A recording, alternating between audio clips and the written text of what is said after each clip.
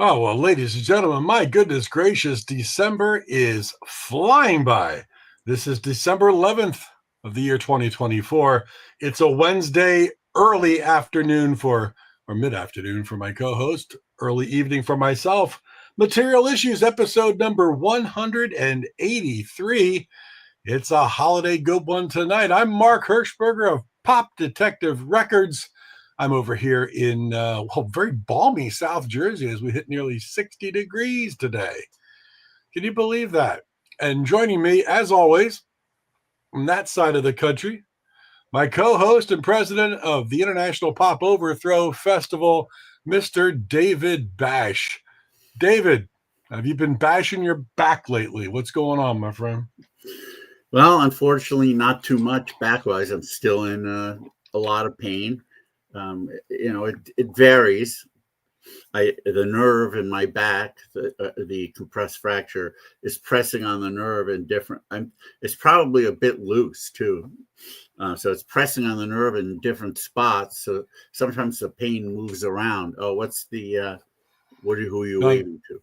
I'm waving to our guest significant other, who's they're on, but they're down in the queue. So just hang there for a little bit. We're gonna do some introductions and talk. But we see you. Thanks for waving.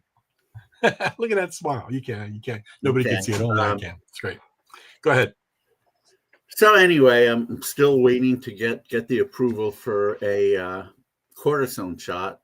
But even if I get it, I have to wait a week because I have to get off my blood thinner for a week.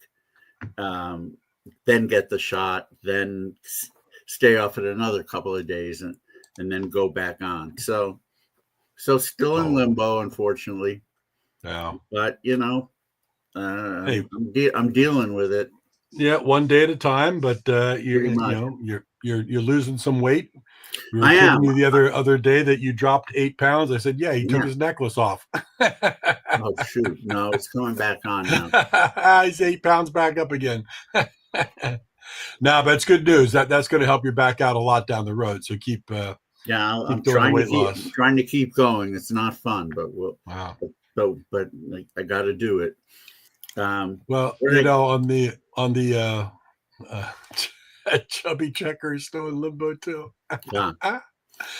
Well, as far as baseball fans are concerned, we're sad to hear the passing of Rocky Colavito. Yes.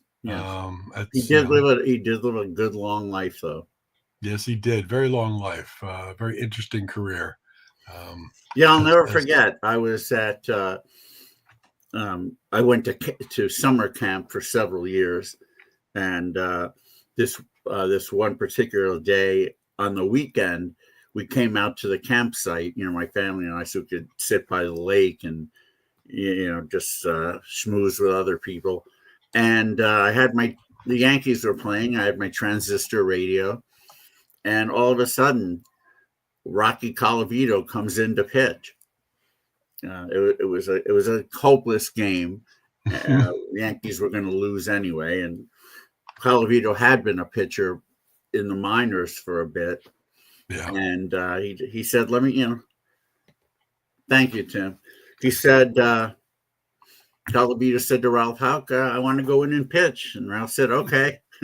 And so Colavito came in and did very, very well. 2 scoreless innings. Yeah. Nice. But I'll never forget actually hearing it live. Well, he was a classic ball player from our youth. So yeah, good stuff. And I'll never forget on Home Run Derby the way he would point his bat at the pitcher, trying to say, "I got you. No matter what you try to throw at me, I'm going to hit it hard." And most of the time, he did. Yep, he did. Yes, we lost Rocky. We also lost Michael Cole, the last surviving member of the Mod Squad.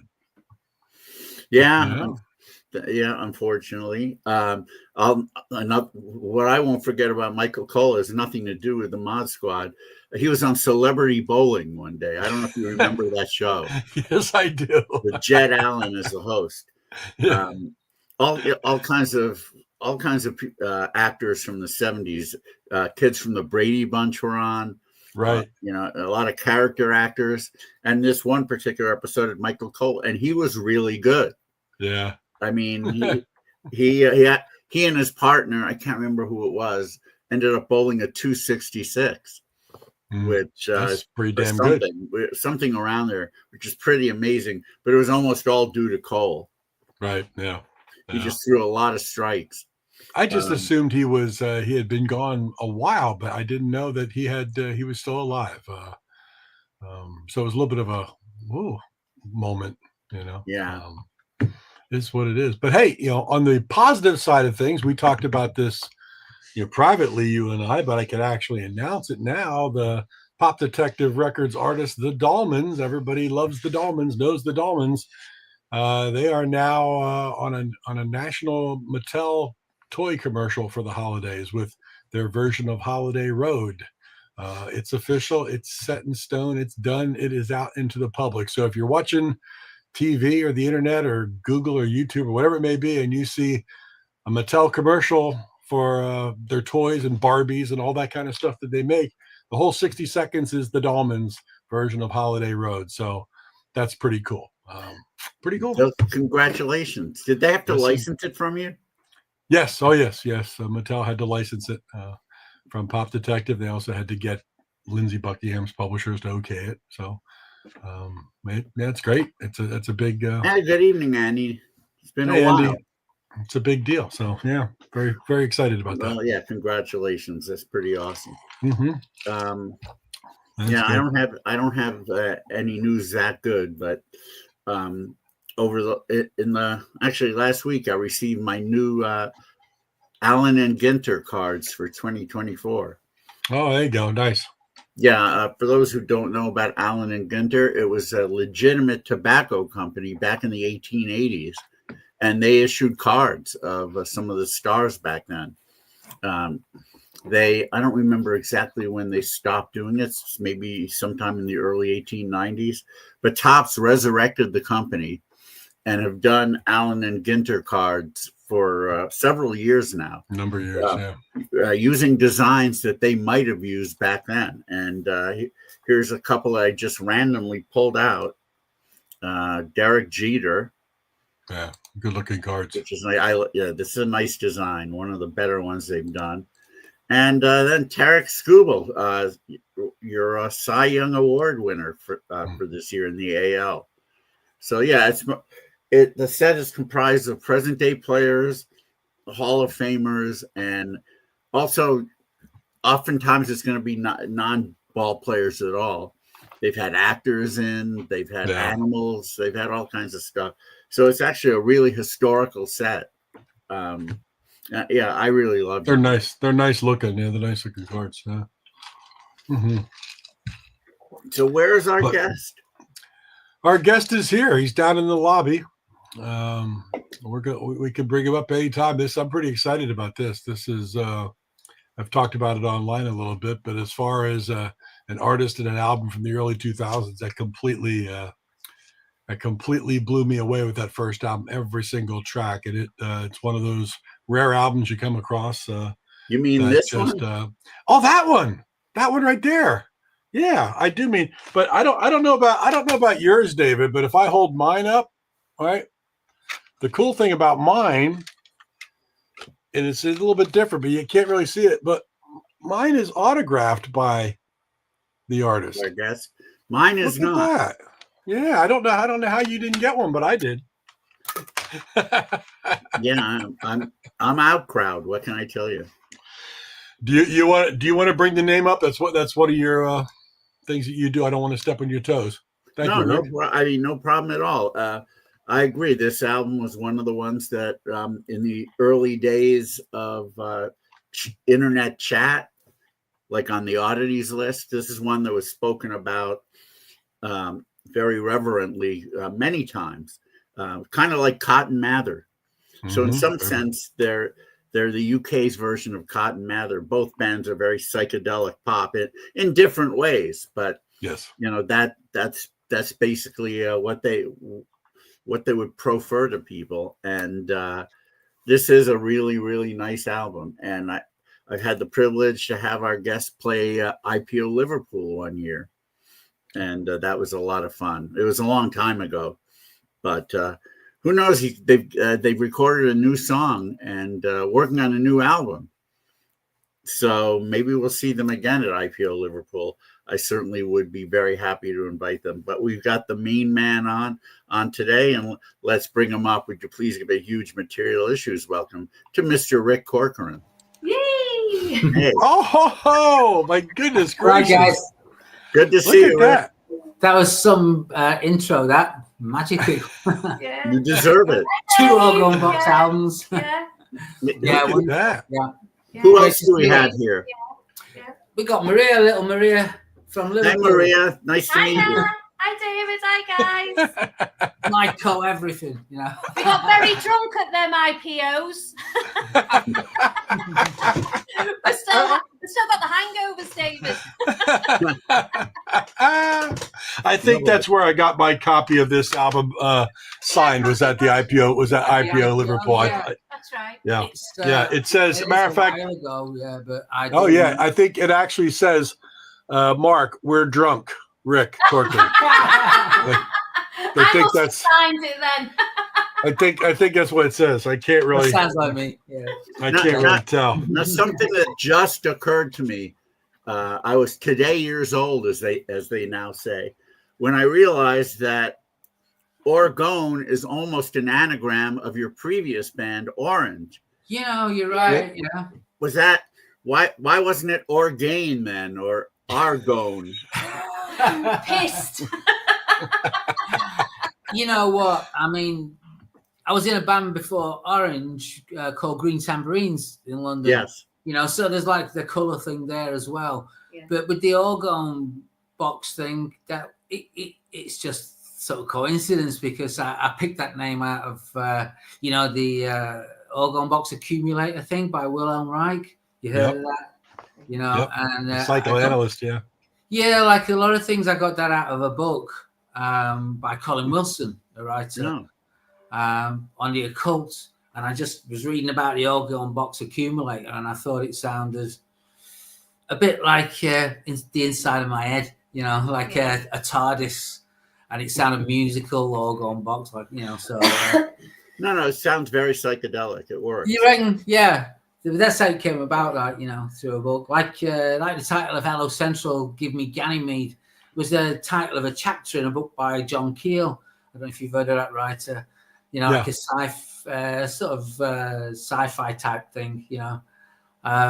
So I do sort of pick and steal things out of the common aesthetic. Why not? Yeah. Call it borrowing.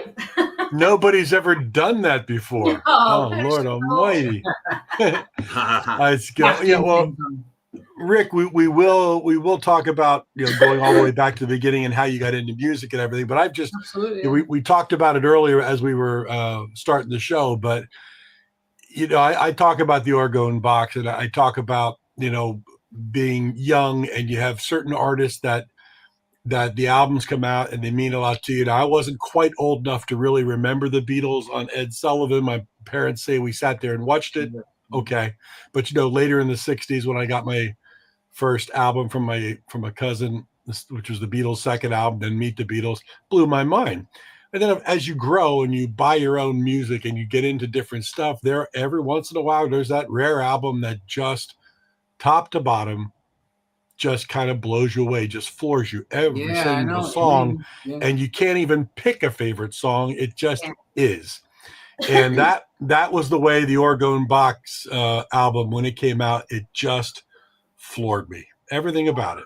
And you know, I got to tell you, if I had to, I think when we talked Monday, Rick, if I had 20 albums that I could take, you know, to the desert island, Orgone Box would be in my 20 albums that I would take. And it just was the right album at the right time, at the right place for my ears, and just love it. Just love it. Well, you know, thanks, Mark. You know, it's they're the things you do it for, really. You know, at the end of the day, it's just all it needs is one person to get it, and it's on the ocean then. If you know what I mean, it's left you, and it's somebody else gets it. Yep. You know, and that's a great thing, and in such a way that if it's that's what you're trying to create with an album, is one that isn't like a bit of this and that and a bit of that, and I like that track but I don't like that, and we'll wait and see what comes next. You know, you're trying to do something timeless. Really, that's what you're trying to do. Well, at least we are with the Orgone Box. I've always been trying to do that because, as you say, and I was listening to a little bit of your interview with Dave Rave as well, and he was talking about picking up on the albums, the Beatles, the early Beatles stuff in Canada. I think he was talking, and they've all got different titles, haven't they? Yeah. You know, and it's the same. Me, you know, I was too young to. I suppose by the time I started listening to the Beatles, it'd be towards the end of their career. You know, because I was born in 62, so I probably wouldn't have started listening to stuff till 67, 68, and that would have been the Please Please Me's of the world, you know, and they would have been near the end of their career. So just as they're finishing, there's a new generation of kids, you know, picking up on stuff that just happened a few years before, and you collect it all together, don't you? And so by the time you're like 10, you've got a whole of the Beatles catalogue to listen for the first time. Which is amazing. Yeah, it's incredible. A friend of ours just posted "World Revolves" is an absolutely amazing song. I don't know if you see those down there, Rick. So we got I'm not sure. I can't. Oh, it's the chat's on the side, isn't it? Is that chat with everyone in the studio? Should I click that if I want to see it? Nah, I wouldn't touch it because they may just leave the room. I see it now. Oh, you see it? Yeah. This is the first time. I have never done, neither of us. Well, Maria has actually. She's worked on Zoom calls and stuff, but I have never done anything like this. And just before we came on, just like going on stage, all your strings break. You know, we got no internet connection, and it's saying it won't connect to your devices. You know, changing all this stuff, and I'm no technical. And we know it worked. We know it worked because obviously we tested it. Yeah, sure. Yeah. Like, why? Unbelievable. Yeah. But you know, these little challenges. I just saw a car go by, Rick. Are you at your home in Sheffield right now? I am. Yeah. Oh yeah. That's Hillsborough Park behind us. It's not my garden.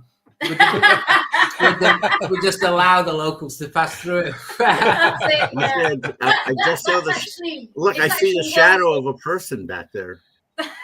That is one of the neighbours. I've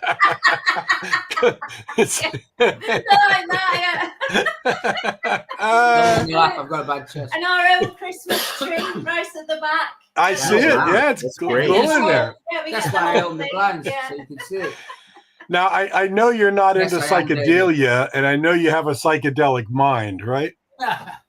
Right? Yeah, I guess so. Yeah, fluid. Do you, we're kind of jumping ahead a little bit. We bop around in the show. It doesn't really matter. But the Orgone Box, when you're putting everything together, did you really consider yourself psychedelic at the time?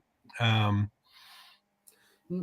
far as the album is concerned, because when I listened to it, I was immediately struck by this is some of the best psychedelic pop, and not psychedelic as in a heavy psych. I know what you mean. Yeah, it's the way you layer things. It's the weird sounds that you'll add to it that you go, what was that? What did I just hear there? And you know, and then because you're harmonizing with yourself through much of it, your voice blends really, really well, but weirdly different, which gives it that psychedelic bent. But was that a word that in your mind? Yeah. Well, you know, I suppose writing that line in Anesthesia, you know, I suppose in a sense, yeah. But I think with the Orgone Box album, after what went before it, I think it was probably the first time I started thinking of doing stuff consciously, you know, writing consciously for myself, thinking a bit more about it rather than being in like a stream of flow, like half asleep while you're writing, you know, just a process, you know, of every day, just bringing out what comes out phonetically, if you like, rather than thinking about the words that much, you know. If they sort of felt that I'd sing them, whether they had any particular meaning at the time or not, because later on they often do, you know. But with the psychedelia thing, I don't think I ever considered myself psychedelic. We very much had that way of thinking about much of everything that was around us. So even our conversations would be quite full on. Oh yeah, a conversation with me is psychedelic. Yeah, if you like. It probably was the first time I probably coined that phrase with Rick. To be honest, when we met, I'm a Scouser, and he's from. I was just about to ask you if you were from Liverpool. Exactly. I heard the accent. So we are quite deep in them kinds of conversations. So when it came to music, we'd often look for sounds that were something somewhat different and actually look at language. You see, one of the ways of achieving that is not to get too hung up on perfection. You see, perfection to me is full of mistakes. Yeah. Because when I always listening to the Beatles and that early stuff like The Who and all that, and the stuff I love, it's not all in tune and stuff, and it's not all dead tight. A lot of it, there's sort of,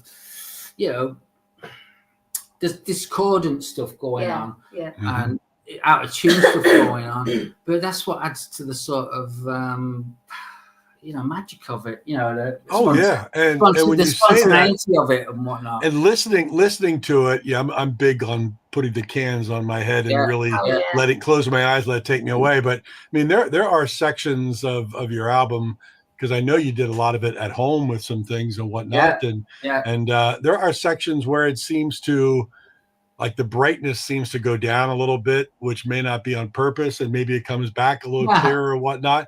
And it still works. I mean, it's nothing that goes, oh crap, that's really lo-fi. It doesn't mean that, it works well for. Well, that lo-fi thing is the important thing, because I kind of like lo-fi. For me, a lot of the things that impressed me about the Beatles is like the sort of demo-y feel to it in a lot of places. It feels like that to me, I told you that. I know. I told to the camera. I just kind of, Well, she said she was going to smack you if you got information wrong. So where am I with the lo-fi thing? Yeah, and when you mentioned the dullness stuff, we had a little bit of an argument about that in the studio while we were doing it. Actually, while we were mixing it in London somewhere with Neil Brockbank, the co-producer engineer thing guy, and he picked out like a part. I won't tell you which song it is, but I loved this sort of. There was an energy in one ending, but it was obviously a different take, and the brightness goes from it. Yeah. But I just couldn't resist having that sort of just do it, see what happens sort of thing. And because the magic was there. Yeah, so it was the toss up between perfect every time that bit comes or keep the magic, and it was like make keep it the magic poppy and like sort of acceptable. Or just do something that I got a feeling about. I think you're right, Maria. It's the magic. I think that's what I hear in every single song. There's magic to it, That's why I called it, David alluded to the American kind of version, the Cotton Mather, the UK version of Cotton Mather, and to me that first Cotton Mather album, the whole thing was magical. It just it really spoke to me every single track. So you're right, magic is a good word for it. And I think you spend all your life trying to get that perfect sound, that perfect everything, and then I think we then find ourselves losing the plot. Because then you sit there and think, what was I trying to write, or what was I trying to capture in the first place? You go back to your demos, and it's all there, and it's like, why didn't I just, why have I just spent 6 months trying to perfect what was already there? So let's go back to what we had. Yeah, but it's also a kind of like, there's a first take thing with me, like, that if I'm like, first time I've written something, the first time I've got a vocal or something, there's always something about that I have to keep. But there'll always be something about the take or something that's I have to work on that's wrong. Like, it's like, because you want to keep that bit, we got to work around it and stuff, So, and that creates like problems, but you want to keep a bit of the magic of, even though it might be out of tune or there's like a, something wrong with the tape or something like that, but I don't know. That's the kind of thing I've been like annoyingly do, but And Well, David always dresses so psychedelically well anyway with his things and shirts and things. He always looks fantastic. The closest I could get to anything psychedelic is my T-shirt that says "This is my happening" and it freaks me out. You got it. This is my happening and it freaks me. You got to Beyond the Valley of the Dolls shirt. Holy crap! Yeah. Beyond the Valley of the Dolls. Where did you get that? I found that online somewhere, and I was like, "This is my happening," and it freaks me out. We had what was his name, David? John Lazar, John Lazar from Beyond the Valley of the Dolls, where he says this line. He was a guest on of our ours. show. And I use that phrase quite a bit when talking about IPO. Yeah, I mean, it's my happening, and it freaks me out. I mean, it is something. Was that just going around in your head, David, over and over? Always. All the time. Yeah, I'm freaked out now. For those people not familiar with the Orgone Box, because I think they're in the U.S. It's a niche market that would know about it. I just want to play a little bit. I'm not going to play the whole song, but I'm going to play a little bit of my favorite track. People who know the Orgone Box know Judy Over the Rainbow, the orange track that ended up. I prefer the Orgone Box version. We'll get into that in a little. We'll get into that in a little bit. But this is one of my favorite, if not my favorite song on that first album. I'm just going to play a little bit of it to give people a taste. This is Bubble.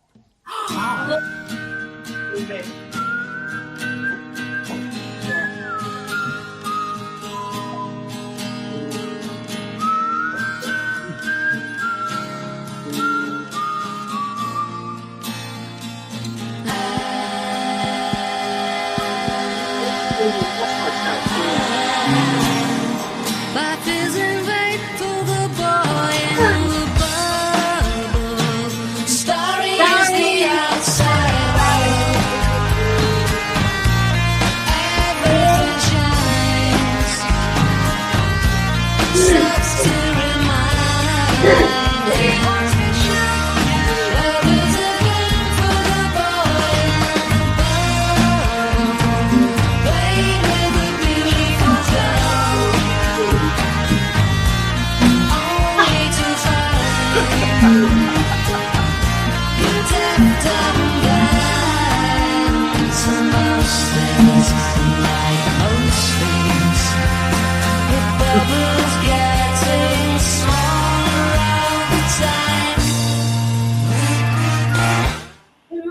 Yeah, That was a bit of the song called Bubble from the first album, which the line "softer than lemon curd" stuck with me for about 10 years. Wow. Everywhere I went, I would just be like, "Softer than lemon curd." I don't know why, but it did. It's fab line, isn't it? Fab line. Rick, were you ever approached by Rainbow Quartz, the premier psychedelic pop label, right around the turn of the millennium? can't say I was. No. God, you never heard from Jim McGarry? Wow. Yeah. If I had known that, I'd have told him to sign you. But oh well. No, I'm not I'm not au fait with people in the business. To be honest. Yeah, that's part of the whole story, really. Wow. Well, if he ever resurrects the label, I'm going to be having a conversation with him. Yeah, David, I told Rick it writes itself. It's the Orgone Box set. Yeah, there you go. Yeah, that's really important, actually. Yeah. Well, Rick, let's rewind back a little bit, all the way down to Rick Corcoran. Where are you from, and what was your early life like as far as musically? Did you have parents that influenced you? How did music really start to be a turn on for you, and kind of led you down the road of writing and recording and being a musician? Well, I'm born here in Sheffield, up at the top of the valley. We're right at the bottom of the valley here, and I was born right at the top of the valley, overlooking. You can see for miles. The Peak District in England is probably the highest point in England. So, it's an open place. There's big skies and all that. My earliest memories But I think the first pop sound I had, the first sound I can remember, you know, record that far back, it would be Downtown, I think, Petula Clark. Oh, I can hear it now. I can feel myself sitting on the kitchen floor. I don't know how old I was. You know. When you said you could hear it now, you do realize that was Marie behind you singing. Yeah. It, So the magic of that record, somehow I remember it. I've got the mole of Petula. You have, haven't you? I have, yeah. Oh, we could get into that, you know, archetypes. Julie Andrews, you know, Maria. oh, I love it. I love it. But yeah. were your parents musical? Did they play? Yeah. And is that how yours? Well, my granddad, he was a concert trained pianist, and they had a big piano in their Sunday room, their front parlor. So that was fascinating, you know. And we always had a stand-up piano in the house. My mum don't play, but she always sang in a choir. My dad was like, he had a big record collection. He was a big sort of Rat Pack fan, you know, swing. Frank Sinatra was his man. You know, I think he wanted to call me Frank, but my mum wouldn't let him. You know, but we had all the stuff like on my mum's side, we had the musicals, you know, the Rodgers and Hammerstein stuff, you know, the Sound of Music, Mary Poppins, Oklahoma was a big one in our house. We played that over and over. I kind of know a lot of songs off that, and I love them. So I got that theatre type vibe off my mum, and she liked easy listening stuff. So that would be, you know, your Carpenters and Billy Joel's and all that, early Elton John, that kind of thing. And my dad was big Beatles fan. Yeah. Roy Orbison, the Everleys, and we had like, you know, the old 30, is it 38s or 6? He played Al Jolson records and all that. 78. 78, yeah. Yeah. He was a big Al Jolson fan as well. Jack Jones, all that stuff, you know, the sort of singers. It was a kind of romantic, if you like, and poppy, romantic type of environment to grow up in, you know. And then when I started, you know, obviously the Beatles were my first love, I think. Growing up from like 6, 7, 8, all that. I remember getting Oldies but Goldies and that blowing me away. And we had Please Please Me in the house. And we had all the Beatles albums actually, but I was so young, you know, we just used to sort of draw on them and stuff. Yeah. all the original Beatles albums. And my dad didn't mind. No, he didn't mind. So funny. And they all had scratches on them because we would just put the needle on like that, you know, as kids. That's why mint copies now are worth so much money. Because so many people wrecked their copies like that. Yeah, when you think about it. There's a part on Chains on Please Please Me that I always expect the scratch. Do you know what I mean? Have you ever done now? You expect the scratch. Oh, right. The next one, I'm singing next. I'm used to the scratch. My baby gone, I ain't got the time. You know? But, it's like when you had your favorite album on 8-track, and you always, you know, it interrupted a song to change to the track. I'm always waiting for that click. Yeah. It just doesn't sound the same if you don't have it. You get used to all the rattles and bumps and grunts, like, But and then my brother, who was a bit older than me, he was into all the prog rock stuff eventually, you know, the sort of Yes and Rush and all that kind of thing. So, and he taught me to play the earliest guitar. So I kind of had, you know, that kind of mixture around. And then my schoolmates, that's how we got into, like, it was kind of like the punk stuff, you know, mixed with the hard rock going on at the time, like that. You know, that, and Sheffield's very known. It's rocky. Yeah, it's a rock sissy. Yeah. But it's very punky as well. When we left school, you know, we all like sort of reused our school uniforms at night to look like punks, sort of thing. You know?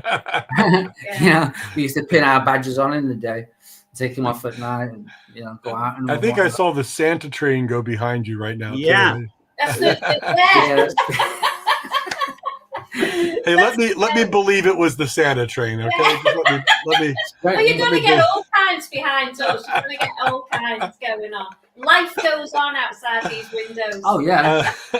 I'm waiting for the streaker to go by. That's always on I'm going live. to do that later. If it was last night, there would have been We'll wait. We'll wait. That's it. Yeah, We'll make this a 4-hour show. Thousands of Yeah, football we get all because the supporters football going stadium past. in that park, Yeah. Sheffield Wednesday FC. I think Yeah. they're the oldest football club in England, or in Yeah. the world, maybe. And you get all the thousands of football fans Yeah. going across there. So it's and then you get a big rock festival there as well, Yeah. called Tramlines Festival. So the Limit Club in Sheffield was great, absolutely. Oh, yeah. Played there. Fantastic. The Limit, seeing lots of bands there. The Limit Yeah. Club, this is when we were young. Going back to what you were saying, when we were just stepping out. The Limit Club, as that guy up the Alps, as that guy was saying, that's where we went. The Limit Club, the Lead Mill, a place called it was called Rebels eventually, but it was used to be called the Penthouse.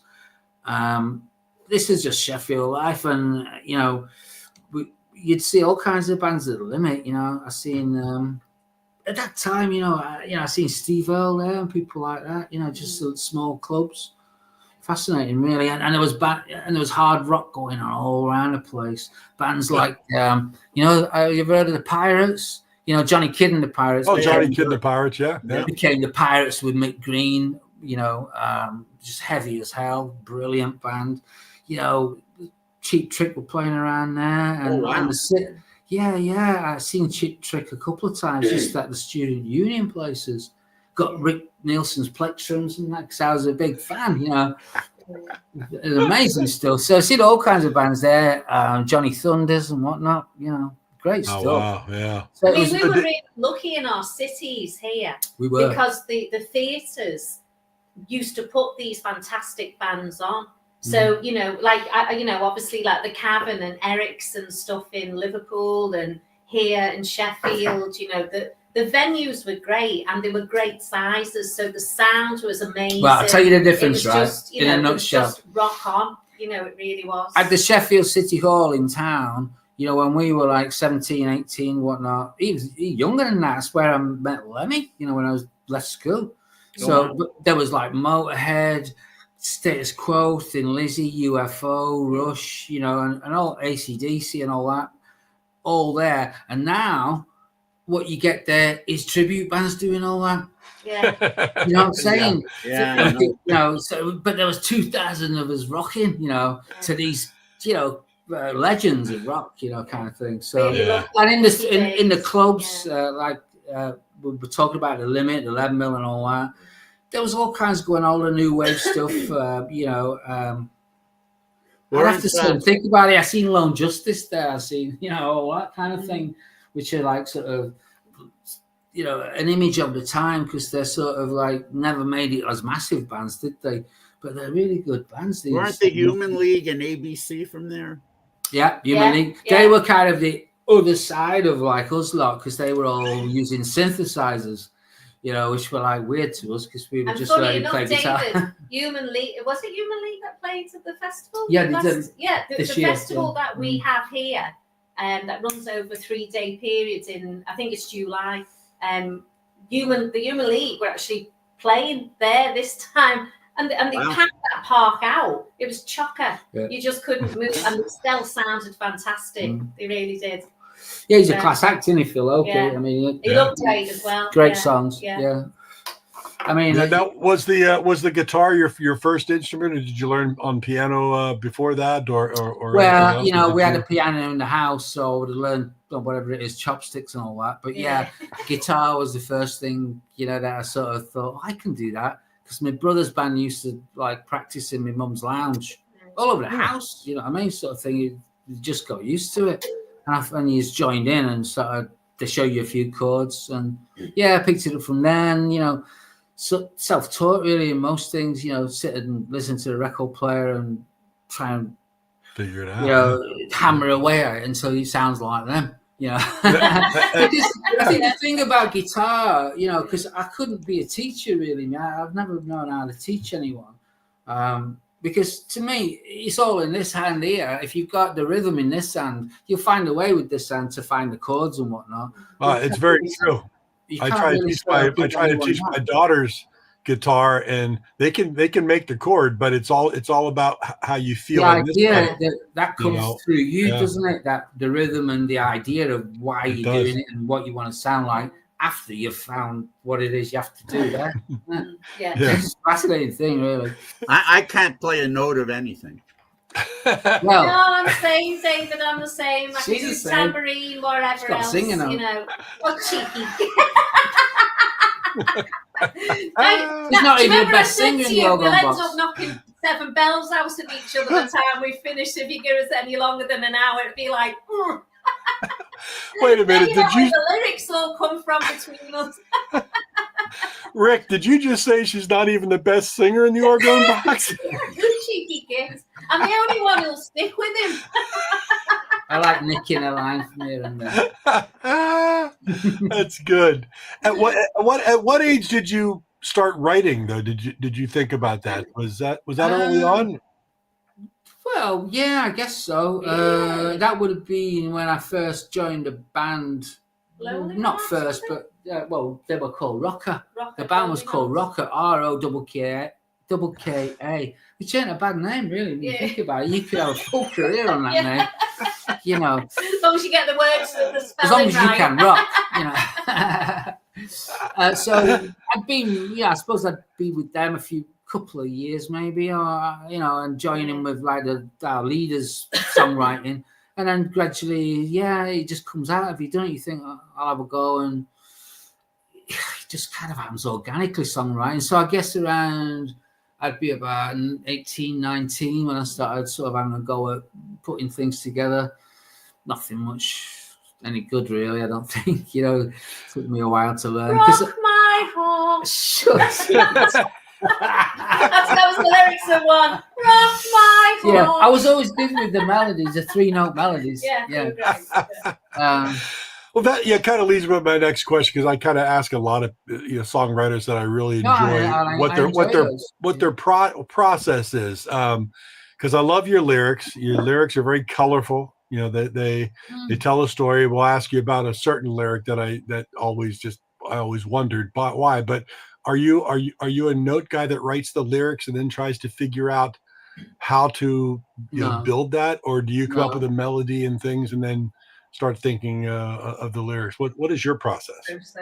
Yeah, it's really just pulling it out of the air, really. You'd be sitting strumming or sitting plonking away on the piano. Stream of consciousness. And it's just phonetically, emotionally, something will come like a line, just at a certain point, and it'll give you the goosebumps, and you'll think, brilliant, I'll work around that. It really is a difficult thing to describe, really, because the initial process of writing a song is kind of not it's not difficult to reflect on it afterwards, if you know what I mean, once you've written it.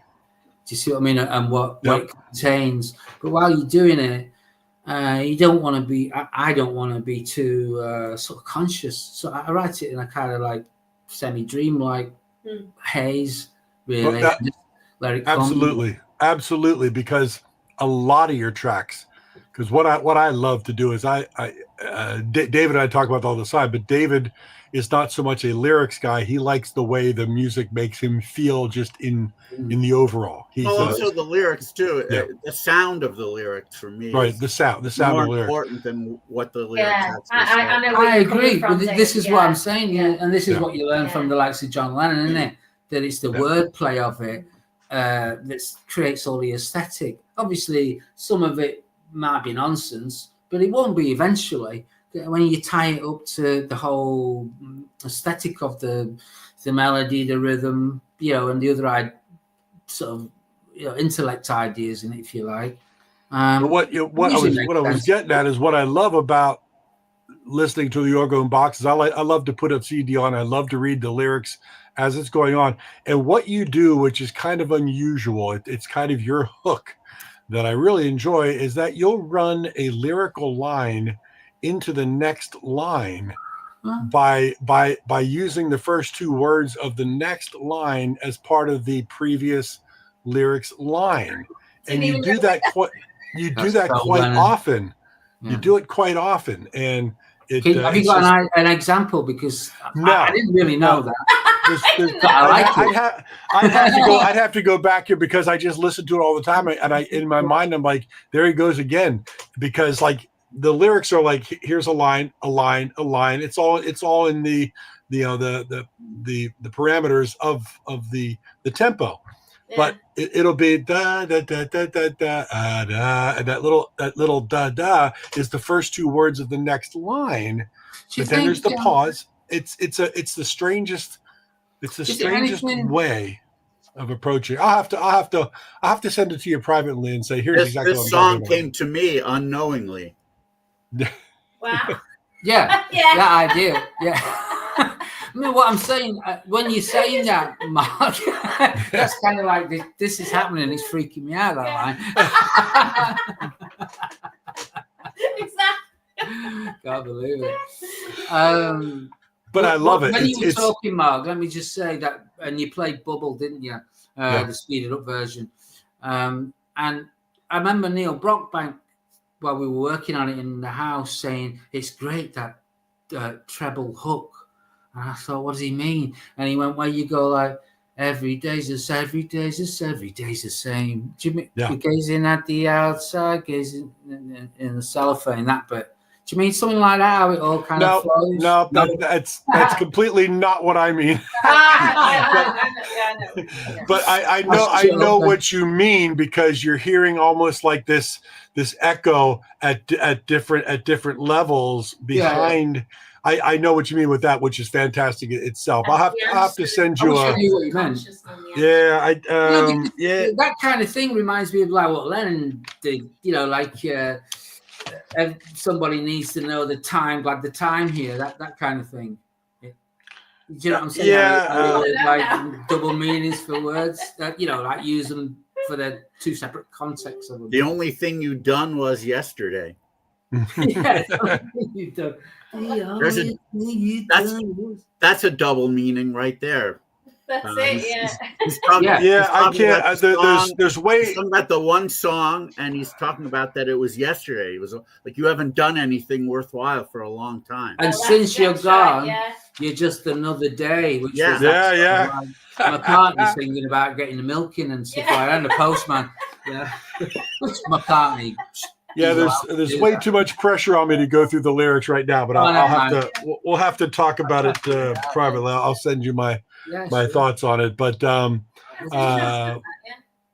it's really great. I love it. So let's talk about getting into the Green Tambourines, which then led into what it's kind of a debacle as far as Orange is concerned. Talk about the Green Tambourines and how that led to Orange a bit. Well, let me just say that if anyone saw that picture that I put up on Facebook yesterday with Lemmy in LA, that was kind of like you go from there. When I came back from there, I would have left Sheffield and gone and lived in London, and that's where I would have ended up meeting the Tambourines. So that was kind of like half my life there at home, finishing, and what I call like the southern years, where I moved from north to south. Right. So yeah,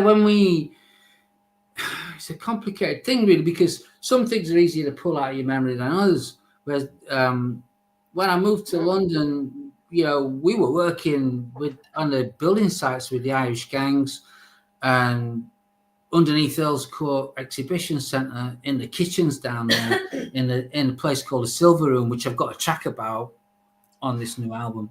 Okay. You'll get it when you hear it. That was crazy, like being in Fagin's gang, and that was the Glasgow guys, the boys there. So it was some, education that. Then we high-footed it to Bournemouth. I met her there at the Safari. Oh, wow. Hotel down in Bournemouth. I had a black eye at the time. Yeah, she had a black eye when I met her. Yeah. Don't ask.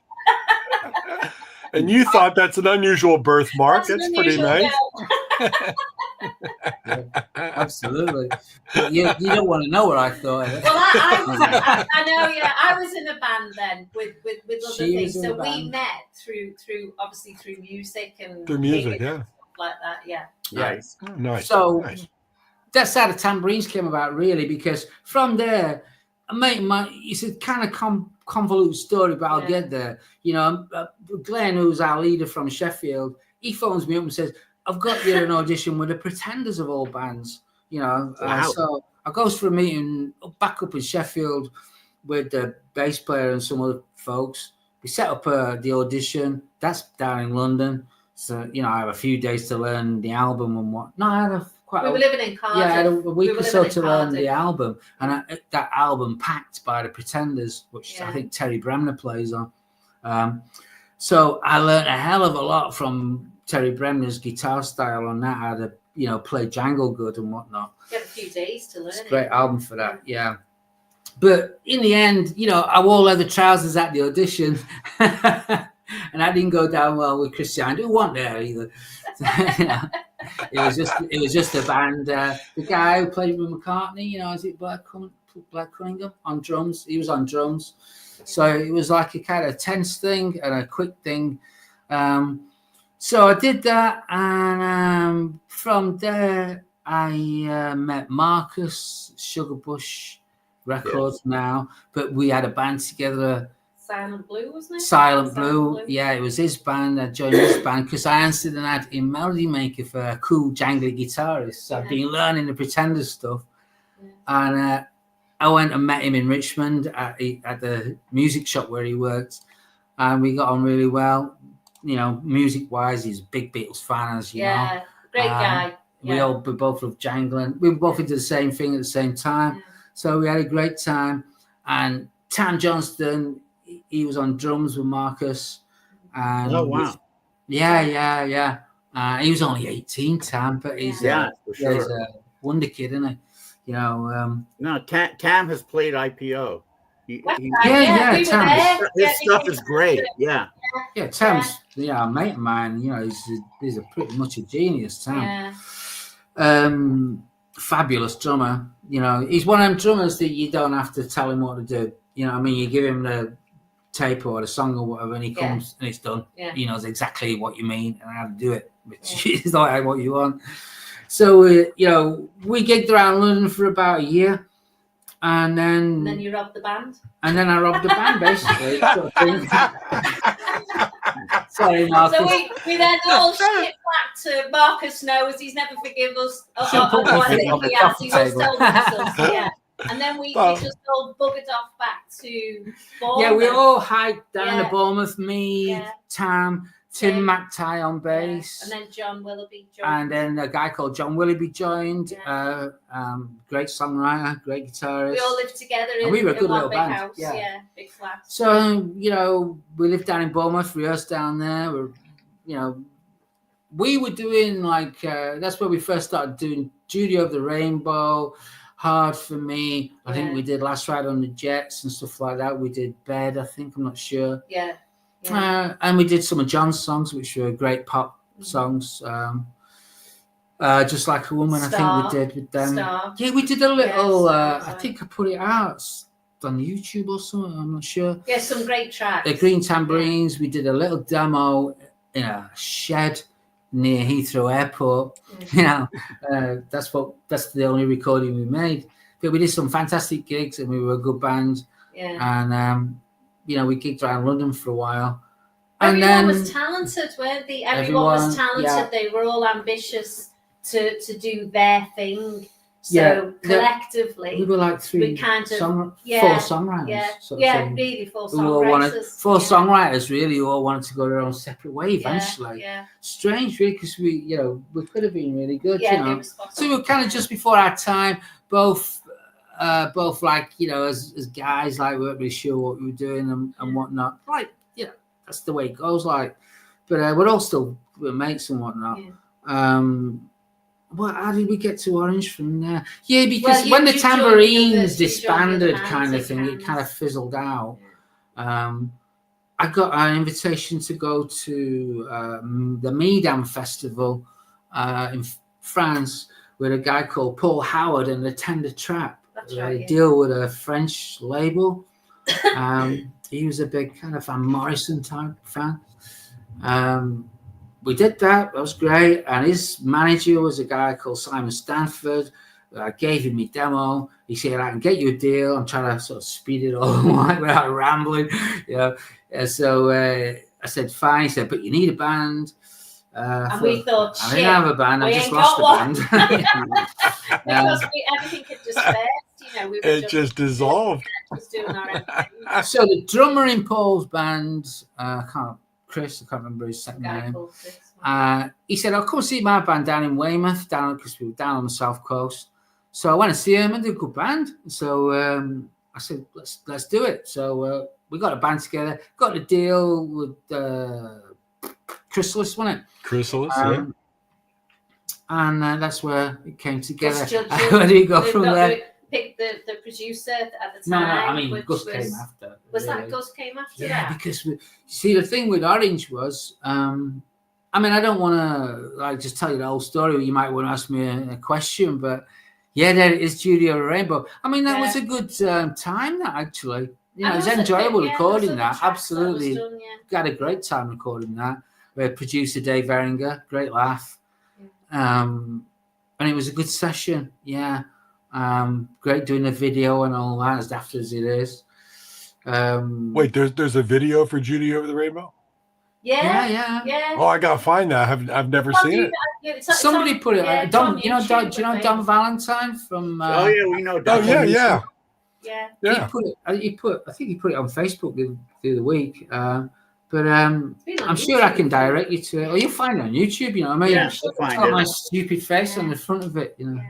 I Oh, can't nice. think I'm of gonna the have to. guy was from America as well. Who done, Yeah, the done director video, Dan Hood. Yeah, Dan Hood. yeah, Dan Hood. Hey, Rick, was Judy a real person, or you just? Yes. Well, you see, we There's a spoke story about to this that, earlier because I said they'll ask me about Judy. You know. Yeah. So yeah, Judy was a real person. When I met Maria, she was living with her little sister Julie, who was 18 at the time. Yeah. So we were all mates, you know what I mean? I was with, you know, Pete Gill out of Motorhead. He's got two brothers. I was with one of his brothers, Paul. So we were like a little team, weren't we? Yeah, we all lived in Maria's flat in Bournemouth.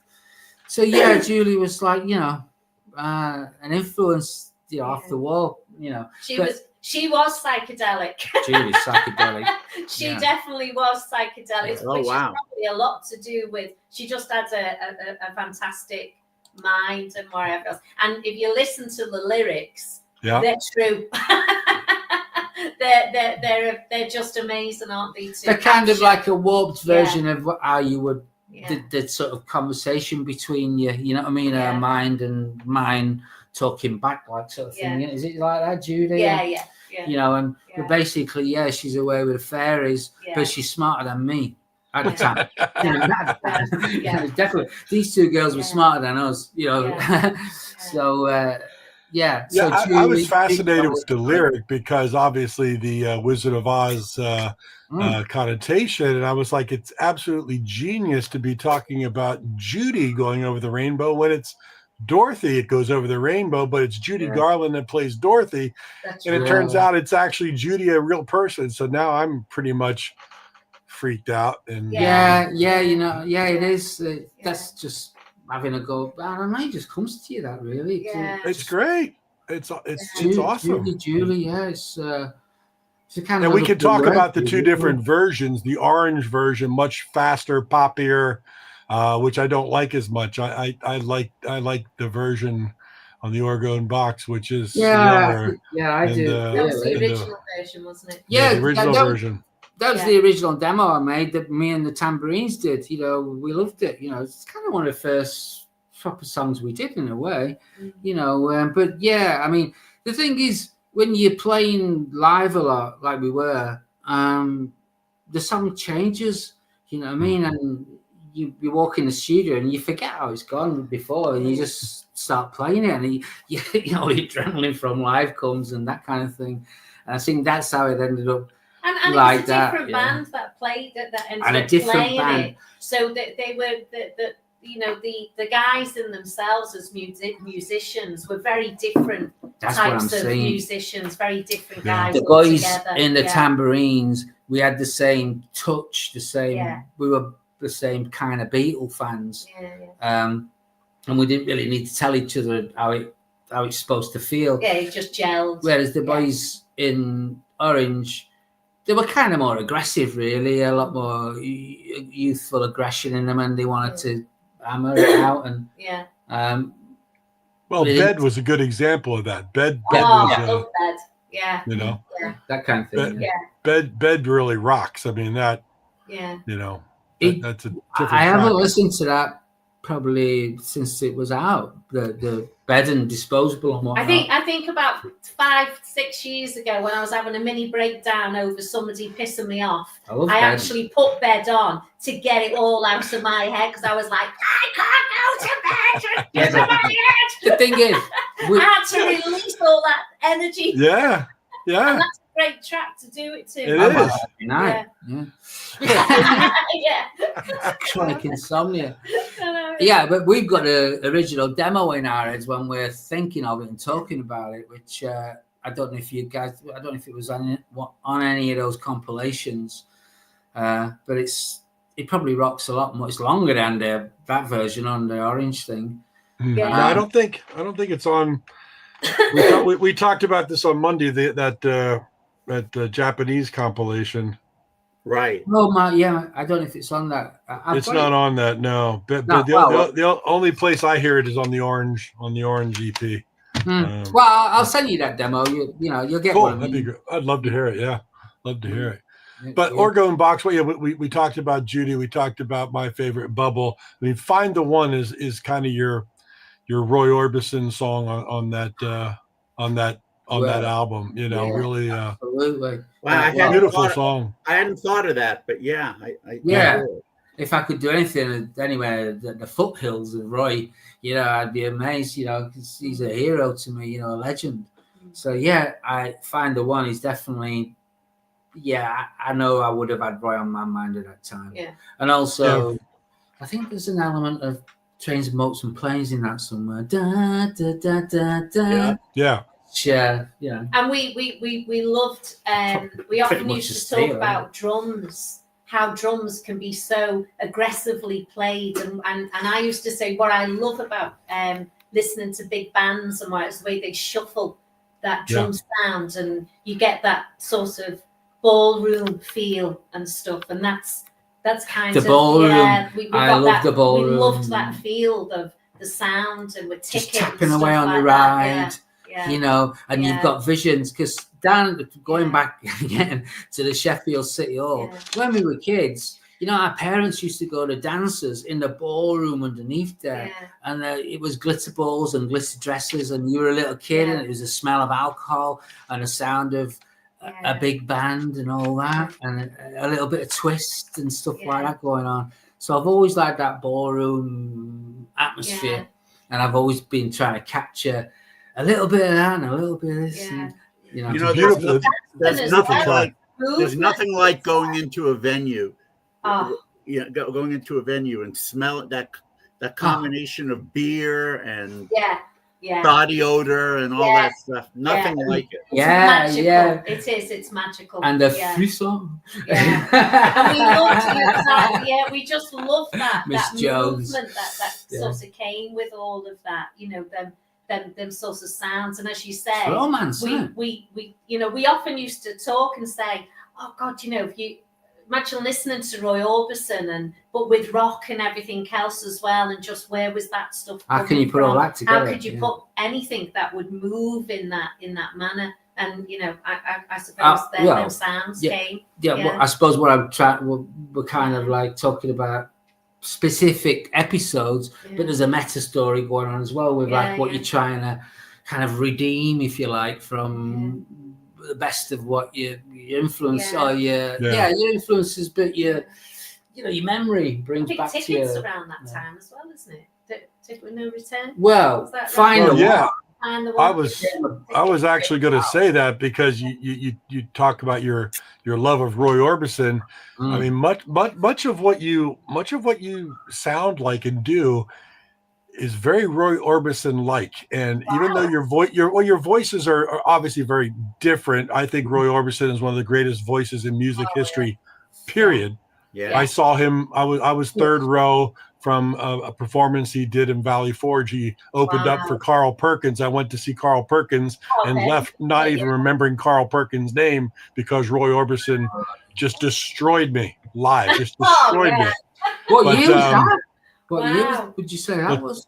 What's What that? year? What year? Oh, 1986, 84. Wow. So Roy was Yeah. still rocking at that time. 'cause Yeah. he did Oh, that- yeah. Before the Wilburys, yeah. Yeah, before Yeah, the he did the- Wilburys, he had his sons in the band, and when he did "Crying" Oh. and he hit the high note, I literally wet my pants. I think I just, and I was 12 feet away from him. Valley Forge Music Fair outside of Philadelphia is one of those small revolving stages where the theater is in 360 degrees. So it slowly revolved. So you just watch this different angle the whole time. And I was a Roy Orbison fan at the time, but I wasn't crazy about him. But when I saw that, and I named my second daughter after his song Leah. Wow. I'm gonna go diving in the bay. Yeah. Just Oh, destroyed me. it wasn't after Donnie Iris's. Wasn't album. after Donnie What it was. Irish's Leah. It was after Roy Orbison's Leah. Oh. Leah. Right? That's amazing. Unbelievable. And that's But like, what I but- would imagine, because obviously but I've think- never had the privilege to hear him in person, but I would imagine that must just stay with you. That All my- sound, that energy. all my life. Yeah. All my life. And but just talking about Ticket with No Return, I mean, listen to the way you sing that opening lyric. I'm getting used to waking up first thing in the morning. I can hear Roy Orbison all over that. That's an Orbison-esque type lyric and delivery with a different, I mean, a different voice, obviously, but it's very Orbison-esque. Yeah. Orbison-esque. I never thought of that, but that's a wow compliment. the thing Yeah, about think of Roy Orbison, any Roy Orbison song. It's a story. It's a story. Yeah. And you're telling a story about that. And we do like stories, so naturally when you're writing that's what I'm trying to create. Storybook. Yeah, I'm trying to It's got to make create sense. Yeah. a visual Yeah. from it. Something. so that song stuck with me forever too. When I'm in the morning walking my dog, you don't know how many times I've been walking saying, I'm getting used to waking. and also some, when it goes back to the idea of being psychedelic, Yeah. all of them sounds are all done. They're not samples. All of them sounds, every little thing that we capture, even the car engine and everything, they're all done there and then.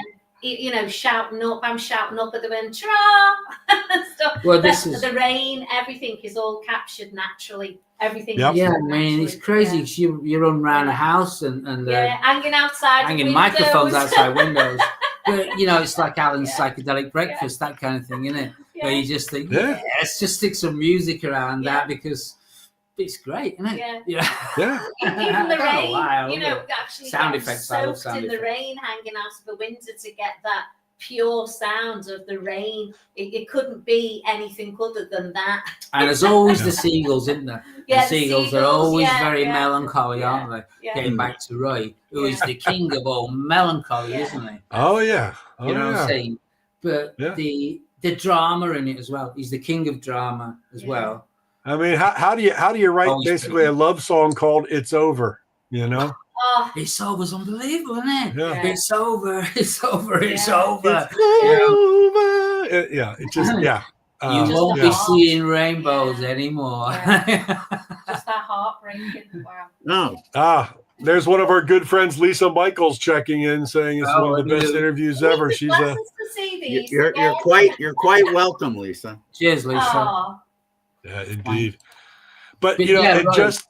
just as soon as I get used to longing over that album, and will there ever be more Orgone Box, and what's the story? Where's it going?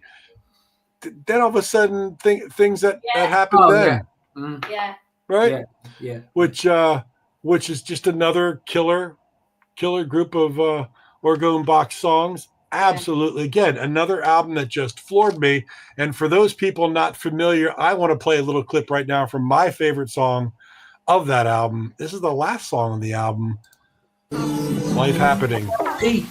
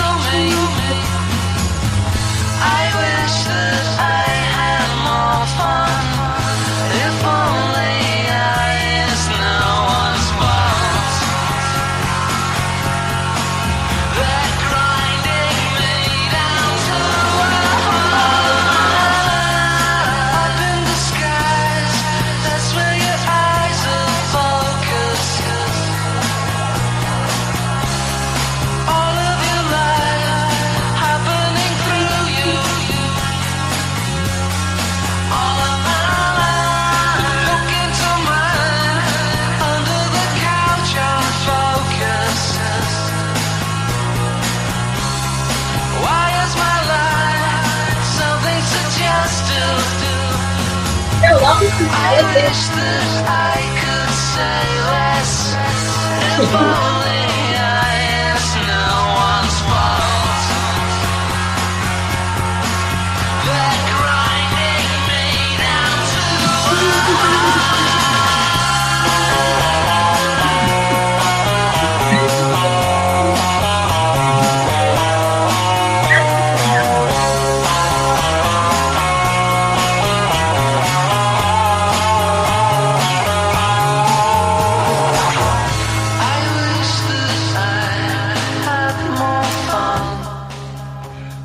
How could you not be happy listening to that song? I mean, that just killed. And how can you not go to the loo listening to it? It looks like you're both good. I know. Everybody, it's Life Happening. Bathroom break. Let's go.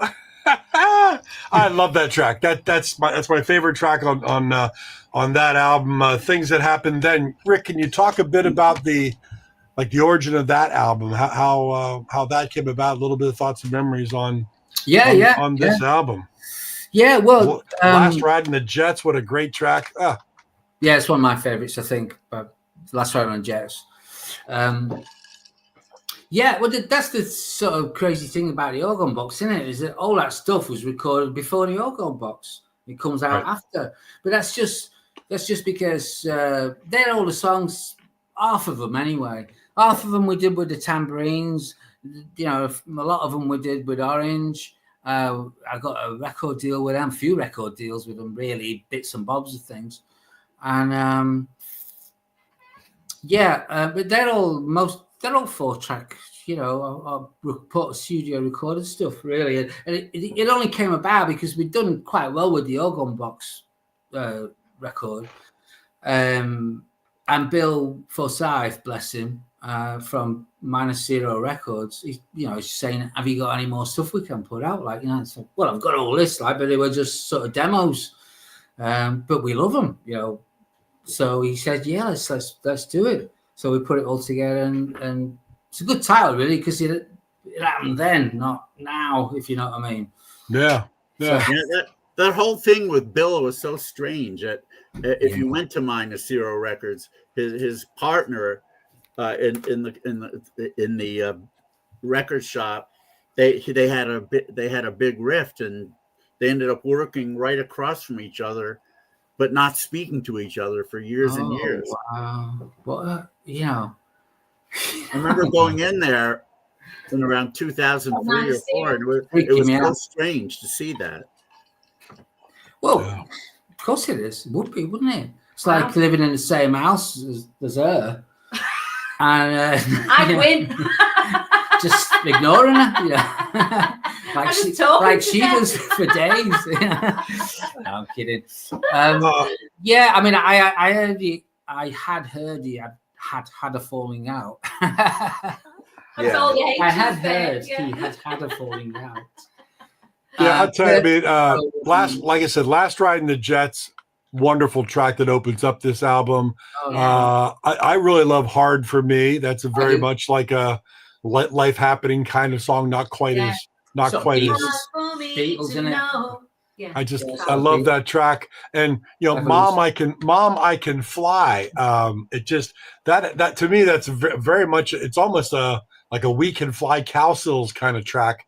I really dug that as well. Just again, this whole thing, this whole album again, just really floored me. So I like that album. Yeah, you it's know, a fabulous album. I probably like more tracks on that than I do on the Orgone Box album. I think, I don't know. Well, I mean, it's a mixture, but I know what you mean. It's like a kind of it's kind of like a Rubber Soul Revolver thing. It's just one of them. You never stop writing and recording all from the tambourines and through Orange to the Orgone Box. It's just kind of what you do every day. If you're not gigging or whatever, you play your guitar and because you've got a little recorder in them days. Yeah. You start recording and it's a non-stop process, really. So you never think you're not going to do it, sort of thing. Yeah. Things that happen then. Great. I can't remember everything on it, but I like it. I'm trying to find my copy. I don't know where it is. Actually, some chap on Facebook sent me a karaoke version of Mama I Can Fly the other day. He does it himself. I didn't know people could do that. Actually sing over your tune. Yeah, take the vocals out and redo it themselves. Yeah. He actually sent it to us to show us what he was doing. I mean, bless him. He said, "Do you mind?" And we were like, "No, just." We were like, I can't believe it. Well, what did you think of it, though? Well, I thought that I couldn't believe all those guitar parts that were on it. Yeah, it's like a wall of it's almost like two Suede records put together. Yeah. It wasn't until you heard somebody else doing it coming back at you that you were like, and I didn't know there was any whistling on it until he pointed it out. Because I had forgotten about the track completely. Sort of thing. And then after that, Quince Records puts out this My Reply, which is this I guess it's a Japanese label, which I looked at it at first. It seemed like a best of kind of a thing because it had a lot of. But then there was a number of tracks that are on here that weren't on the first two albums. Now I have to find that too. Well, Rick and I were talking on Monday. Some of these things on eBay are going for a lot of money. Oh yeah, a lot of money. But it's like 45 Pear Tree. What a great track that was. Yeah, I didn't write that. That John Willoughby from the Tambourines wrote that. Great track. But we did record it down at our place. That's in the Right Hands, another just classic track. That's one of my favorites, In the Right Hands. Love it. It's a great song. That absolutely. Yeah, which was very cool. But that's the end of the Orgone Box as far as anything that any of us heard, correct? Really. Things that happened there. My Reply. Yeah. Well, no, the My Reply, because the My Reply had a couple of those tracks that were not on the first two. So I had to have that because there's about 5 or 6 tracks that weren't on the first two. I think with that record, if I remember, that record company just said send us everything and we'll just pick the tracks. So they picked the songs off that. Well, they were the label, weren't they? Same as Chrysalis. Chrysalis went bust, and then this label or the company they went bust at the same time. Every time somebody sort of, came into our world to I say, ruined it this for is them. what we want to do with your music, blah, blah, blah. They all went bust. And we never heard nothing then after anything. It's like, oh, okay. So you're saying this could be the last You were material on issue internet show. now before you came. I was like, what's going on?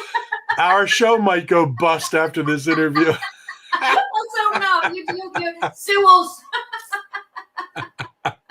All right, so Rick, now I have to ask you, what's the deal with Centaur?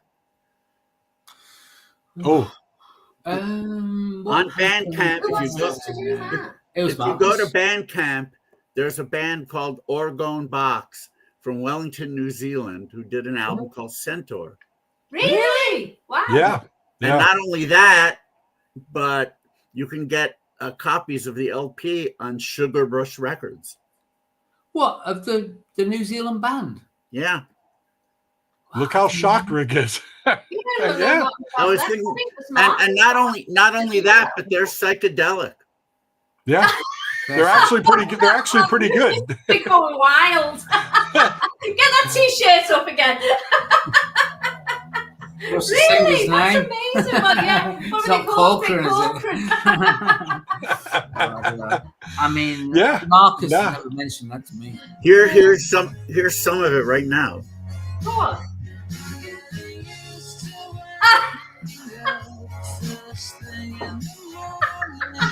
What are you doing?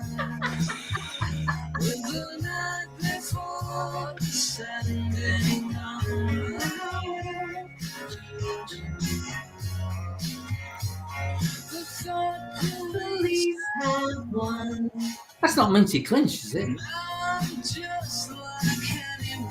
You? That's me. Is it? Yeah. Okay. Who is it? Is that you, Rick, or who the hell Yeah, is it? that's me. Yeah, that's me. I only could tell at the end. I thought it was the Minty Clinch doing the karaoke guy. Good. You got me there. I know, yeah. That came by Marcus, wasn't it? Didn't Marcus ask us to do Now, put them Centaur. back together for Yeah, you've got me Centaur? with that question because I think it was Marcus who said, should we release confectionery, did he say, on vinyl? Because it's never been out on vinyl. I mean, I'm thinking back 10 years, aren't I? We So- didn't have the masters, did we? No, we didn't have the Masters. We didn't have the Oh, masters. God. Centaur. Yeah. Yeah, we didn't have, sorry, we didn't have the Masters. So we basically grafted ourselves onto confectionery, onto, honestly, now you've got me because it must have been such a strange technical thing we did. We must have had whatever tracks we had. Yeah, We, we would have, yeah. We had we- the originals that we had. detuned Yeah. the Orgone Box album because it was very speeded down. I didn't like it, by Yeah. the time I did. That's probably how you get the, because Judy was brought back to its original Well, they all were. pace. Yeah, they You know, all were. my voice bubble didn't and, sound so. bubble and everything. I don't yeah. want to, Yeah. So we would work alongside the sort of original track and kind of add things in a different key sort of thing because we were now like a tone down. Yeah. So it was an interesting thing, and we Yeah. were always trying to, we thought, well, we'll use some of the songs off one of them and some of the songs off the other one and sort of mix it up and Yeah. just play around with it, really. So because Marcus said you want to do it, yeah, why not? So that's how it came about. Centaur. Well, people have been asking for Right it. job haven't in the they? end. But yeah, it ended up being hard work. Right, It's yeah, amazing, it's like- actually. That was yeah. harder work to do that than it Well, I was, don't know. well, yeah. So why does Bandcamp say it's from Wellington, New Zealand? I know, yeah. I can't know. I mean, Maybe it sounds like it's back to front somehow or something. I'll tell you why I might say that. Because it's active listener, isn't it? Is Yeah. it the Yeah. active listener. Yeah. Active well, listener, yeah. That's it then. Because he's in New Zealand, He's isn't in he? New Zealand, isn't Yeah. he? Yeah. Or he was. Well, that's you know. amazing that. Yeah, well, we didn't know that. So we he would didn't have know put we it were up, fixed you know. there. Um, It's a good job you recognised the Confused. vocals. We were like, what? genuinely. Yeah. Good job I did then. And of course, we have we had the Lorne Park tapes that Sugar Bush put out, which was very cool. Very cool to have that on vinyl. Yeah, I love that cover actually. Yeah. Well, we like that. That was to do with the demos really more than anything. Yeah. The Lorne Park tape, because Whose idea was that? Lorne Park is actually, I know, It wasn't mine. That's what I'm saying. It wouldn't have What been did you my say idea. that was happening the other week? Somebody had to keep prompting someone from the background. Oh no, I was talking about the Dwight Twilley interview where his wife kept feeding him the lines. But the Lorne Park stuff, that was a disaster. So many people wanted to, they wanted to hear the demos. But there were other things that then. Yeah, but they wanted like stuff maybe that weren't on there. That wasn't on that. I still put Last Ride on the Jets on there anyway. And then there was some odds and sods stuff that was little outtakes and stuff like that as well, wasn't there? Tapes, yeah, the Lorne. Are there still things from the Orange days that haven't been released? Well, there'll be. Christmas absolutely. Because I've got cassettes of sessions we did in different studios and whatnot, different producers. So I imagine Chris Lizzie, EMI, or whoever owns the whole thing now, will have masters of that probably. Yeah, there was videos done and. We did a lot of quite a lot of studio sessions. Yeah. We did the album twice, really. Yeah. Once with Dave Ehringer, and once, with Gus Dudgeon. That's when the band left. They kind of walked out of the studio, sort of thing. Well, they left and never came back, sort of thing, for the weekend break. Yeah, because it kind of broke down in the studio with them, and me and Gus finished the album up in Lincolnshire, a studio. The reality was Rick had done all the instrument. It was all Rick's work, and then the bands were brought in to replicate that more or less, but bring their energy. If whatever, that's what we thought we kind of found. The people who could actually bring that another piece of energy to it. Right, and then when we got to the studio and obviously, you're working with somebody as, like Gus Dudgeon at the time, you want to get it right. But sadly, that wasn't to be. So the guys went home on a long weekend off just to get themselves together, and they just pissed off. Basically, they just never came back. So, wow. It's amazing, isn't it? Such an opportunity, and they just went, we can't do it, So. But that was fine because to be fair, I think that it's got to be me in the end who's got to kind of direct the whole thing. So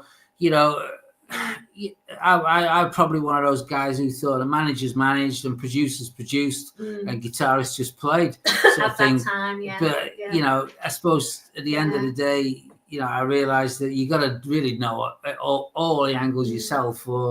Well, Gus said, you know what, let's just it don't turn out like you want it. Yeah, let's just get on with it. And so I should have directed the band more, if you like. We went back in the studio. I can't remember, really. We went back, well, I do. I was driving up and down. So we literally went back in the studio with Gus and literally got stuck in.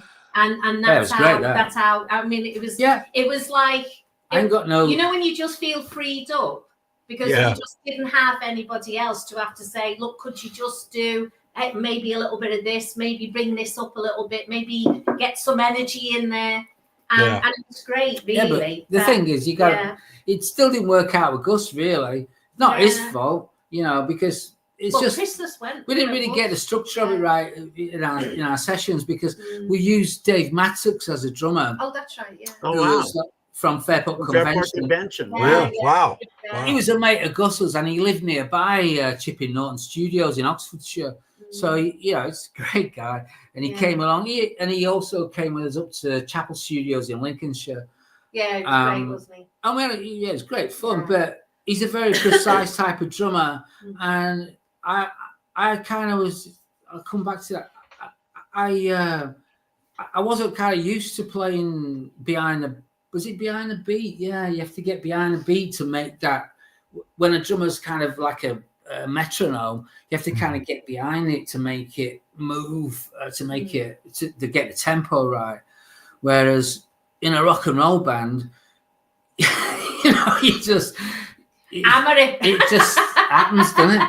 Do you know what I mean? Yeah. You forget about it. You're doing your bit, or somebody's going to shout at you, yeah, kind of thing. yeah. And you That's didn't how it do works. drums then either, did you? You didn't actually. Well, you played drums. Well, I was going then. to come back Yeah. to the what you said about a psychedelic thing, That's because right, when yeah. you played Life Happening, Mm. when a drum machine comes in, you think that's what makes it psychedelic, really, is the strange weirdness of the drum machine alongside. Because I do strange things with the drum machines, detune them and I don't know, put all kinds of weird stuff on it.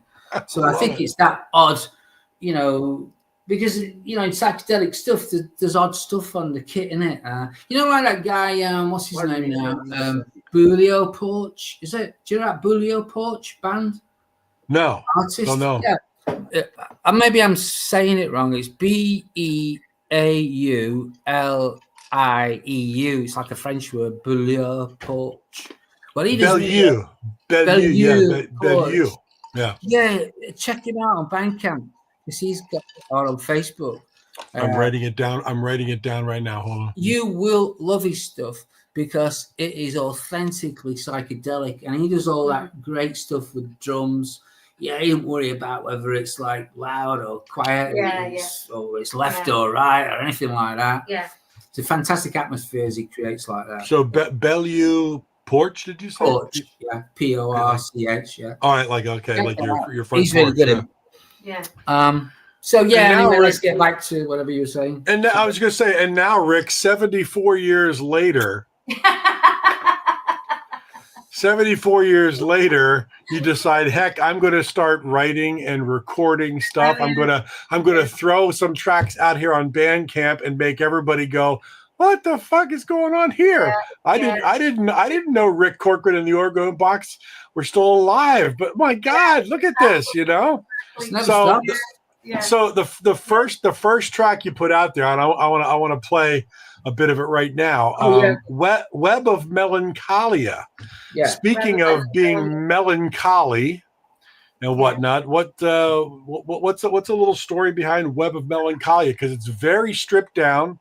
It's very, very, very light instrumentally. We're talking about the new stuff now. We're talking about the new stuff. Yeah, I said 74 years later, he decides to start recording again. We resurface from the ether and the ground. Yeah. It's like a skeleton. The interesting thing, upon listening to Web of Melancholia first, you really think, you think it's a very, very simple kind of tune, but again, put some cans on, put some earbuds in, and really listen to the beauty of the melody and the way your voice just flows through it. It's absolutely a gorgeous track, but a little different for you as far as instrumentation is concerned. And then we've got the second track you just put out, Message to Admire, which goes the other way a little bit. But let's play a little bit of Web and Melancholia right now, then you can talk a bit about it. Yeah, fab.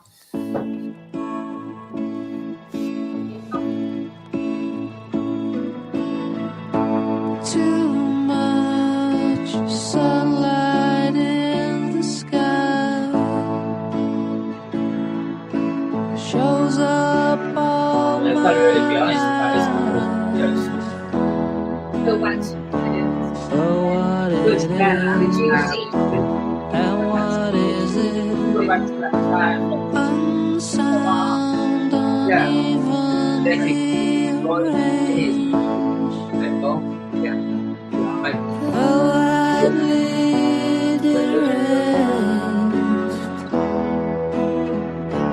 If she's happy, is it in spite of me and all the potential glimpsed, but never realized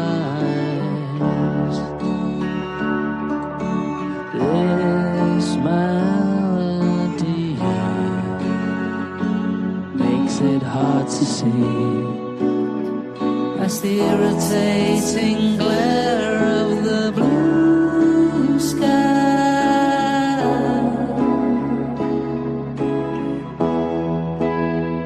All my life I've been caught in a web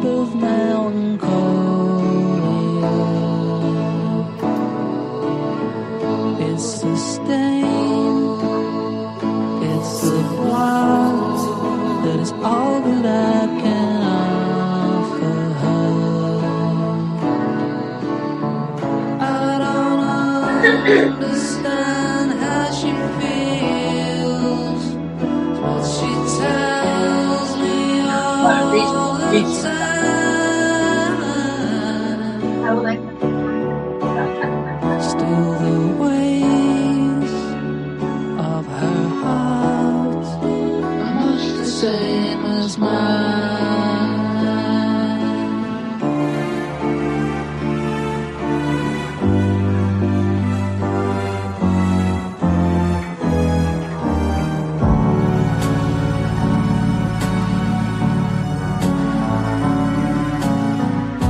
Sometimes I think I've said what I wanted to say, but somehow it didn't get heard. You just weren't listening to me. How could you let it be? Sometimes I feel I've said what I wanted to say, but somehow it died and burned. You just weren't listening to me. Where did you go? All my life I've been caught in a web of melancholia. It's a stain, it's a blood that is all that I can offer her. And I know I must let go, for to see her eyes shine. Oh, I've known where to go. I'm sure that I'll be fine.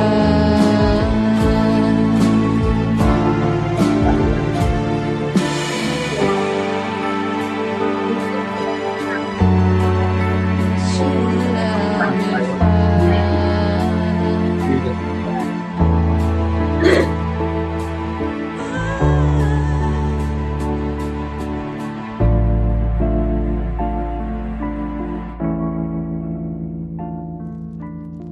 My God, that is so Lennon-esque. Mm. I could have definitely, I could hear it on Imagine or Double Fantasy. It would I know what you mean. Yeah, I love True. that album. Imagine. that's amazing. Yeah, it's a that, beautiful. The build on that track is so beautiful. It just builds and the orchestration in the back. While that was playing, we had a couple of comments coming through. First of all, our good friend John Borak, who's written a Beatles book, which is why he wants to know where we can get the new release. Well, right now it's out there on Bandcamp, but Yeah. the brand new release is yet to happen in the new year with more tracks. Tom Richards said truly beautiful. Tim Yeah. Allen, our good friend, said wonderful Really on the beautiful. track. It's- A lot of comments coming in. Absolutely Right. gorgeous, Yeah, I agree. gorgeous track. One of the Gorgeous best track. things you've ever done. I think man, it's a wonderful thanks. track. I had to fight him to put that out. Really? Yeah. It's like, hey, get it out. Yeah, you know what, guys? I suppose Yeah. I It's think a that's funny probably journey, that one. it's a funny big journey. That one. song really it ties up the past and the present. Really, Yeah. that's why I put. I don't know if you've seen a cover the cover artwork I used on this record, but I used a picture of Maria's sister Julie. Yeah. Judy. Right. Yeah. On her wedding day. I think it's a beautiful photograph. Yeah. And the thing is, Julie passed away last year. The whole thing I'm so overarches. sorry. So it comes from Judy over the rainbow right in the beginning, and then many years later, Melancholia was something that we were working. Sort of Rick was working on, And we you know, it was a great little song, but it wasn't kind of finished. And then other stuff took over, and then going back, maybe probably this year in many ways, we went back to looking at, you know, putting the album out, what we're going to put out. And I, you know, very sadly, my sister, who's on the cover and part of the Judy Over the Rainbow, she then sadly passed away. And when we then came back to Melancholy, and when we listened to the words and then we looked at photographs, the whole thing just seemed to be a journey that we hadn't realized was, and that is psychedelic in itself. Yeah, that's what I mean by psychedelic. That's, you know, the psychology of all of that was just in the ancient Greek sense. Yeah, it was just mind blowing for us. And actually, when we looked at all the lyrics, it was as if that person was actually, and it could be anybody's other person. It's, you know, it's everybody's own journey, depending on how they see the world. But it spoke to us. And I said to Rick, it's a track that just can't be just left like that. It deserves to be actually acknowledged. So hence why we agreed to put it out in that way. I think what I would say is that I was never happy with the way I sang it, you know. But I think that's because when I originally wrote it and recorded the vocal, it was kind of directed it more into an introspective relationship with what was happening between us, you know, if you like that, what happens. But I think when you now coming full journey from Julie and then Julie passing and the way it's affected us and that, I can hear that song's really about a relationship with the feminine, if you know what I'm saying. And my sort of, as a muse, if you like, you know, of melancholy, a melancholy muse for a man is the feminine, I think, for me anyway.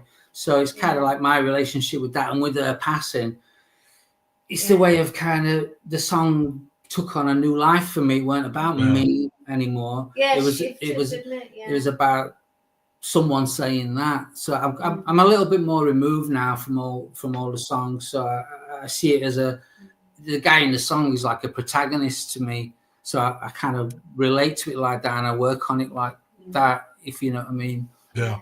Wow. So that song, I'm so glad we were able to complete it. And I think that's why I brought it out first, because I always thought it was a really well-written song.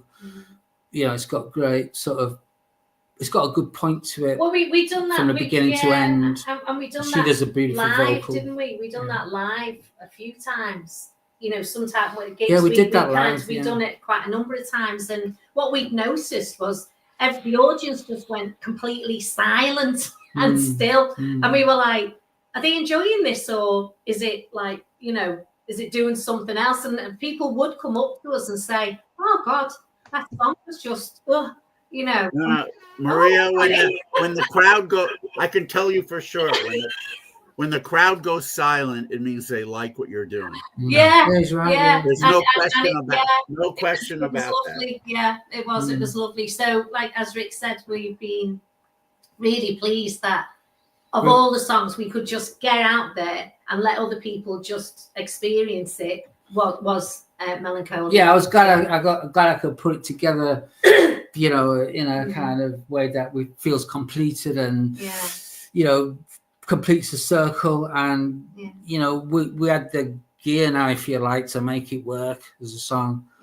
Well, I'll tell you what, when I first heard it, and the second time I played it with the earphones on nice and loud, and I was just laying down on my sofa, and I got up, man, I was lightheaded. I was so taken by it. Really great song. Yeah, I've got to song. give credit where it's, you know, Tim McTighe, Tim as well, our third member who no one ever sees. Yeah, he did a great master on that, which beautiful track. And Tim's the guy originally from the Green Tambourines. Yeah, the bass player of the Green Tambourines. Involved. Yeah, in fact, he's been the third part. You know, when they say there's two in the relationship, there's three. There's three. He's the sort of guy in the basement. Matter of fact, he's right outside the window right now. Yeah. More going on. That's probably how he feels. He's here, But let's talk. Go ahead. Let's talk briefly though. What before I play this second track that we want to play, what is the plan for the upcoming year? Do you have an idea of when we can expect new album? Well, if I was going to put it out digitally, I could probably put it out in January. Probably, I think it'd be ready by then. Tim's doing the master now. Yeah. But I know Marcus has mentioned he wants to put it out on vinyl. So excellent. I'm not too sure how long There always has to be physical product. Oh Yeah. we definitely want physical Yeah. product. Yeah. So I suppose my point is I was thinking of holding back the digital stuff until a really kind of what's the way of putting it? Well, we were going to prioritize limiting it, its availability really, because once it's on a digital format, it's gone, isn't it? In a sense. Yeah. Oh yeah, we talked before, Rick, Monday about what would be a great package of vinyl with a CD with it. So you that's always the best when a band. Yeah, that's the best when you can package the two together, because then people get, because there's a lot of people that don't have vinyl players, record players. A lot of people don't have CD players anymore either. Right, and a lot of people don't have CD players, but they have a record player. But so you get both worlds and make it a collectible item with the entire thing. And then the digital is always going to be there. That's an easy drop, and people can download it. But and folk have said so. As we love. Do you want to manage it? Yeah. We'd love to have our hands on a on an album. Yes, we have that. Oh, it's got to be, and stuff, which is, we've listened to that and thought, okay. Well, kudos to Marcus. We love that as well. So, yeah. But, when we talked about seeing that album, things that happened then on sale for like £116, I just couldn't believe it. I thought, well, why can't I sell it for that if someone else can? Yeah. Why not? Why don't everybody do that? Yeah. Because it's not like, not that I'm going to put it out for sale at £116, but, I'm saying? What I'm saying is, if we're not mass media, we're not trying to become chart toppers, are we? It's just a piece of homemade art, just like someone who crafts a suit or something like that, isn't it? A piece of vintage bespoke. So I think it sends a message if you've got a fair price on it for that, rather than just we're trying to compete with Britney Spears or whatever, whoever's. Right.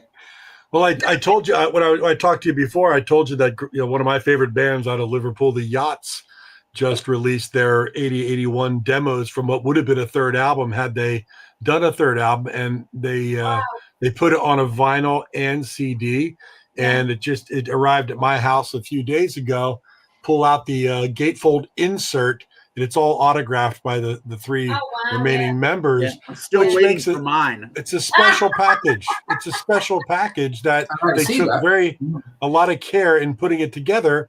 And as somebody and we've had Henry Priestman on the show, and it's an absolutely wonderful, like what would have come next from that band, and it's out there for the fans, and it's a very nice collectible package. So there's a lot of cool things you can do. It's something that's unique to what and the time, and so it's not just the time and effort spent on the material, the music. It's actually the time and effort that's spent on putting the whole package together for those who are fans of your sound, of your art. Of course, so that's fantastic. I'd like to see that, see how it's done, because you've got me thinking now. It's a really good idea.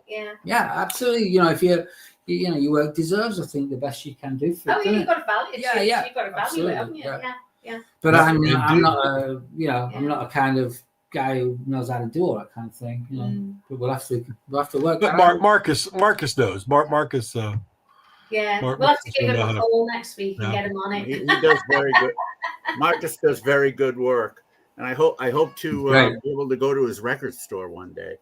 Oh yeah, he's got the store now. We haven't seen it ourselves. I mean, we're always in touch and stuff, but we've not seen it either. In fact, we didn't realise he had. I've seen a lot of pictures of him. Oh, he loves music, Marcus. Yes, he does. Yeah, he's amazing. Well, as we start to wind down here with the show, I do want to play this second track off the proposed new album coming up.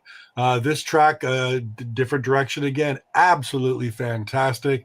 And let's just play it right now. This is called "Message to Admire." This is Rick Corcoran, Maria, the Orgone Box. This is wonderful.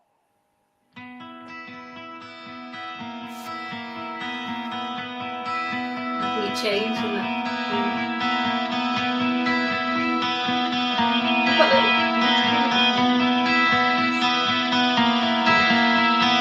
Stop the good madness and get back to rock and roll.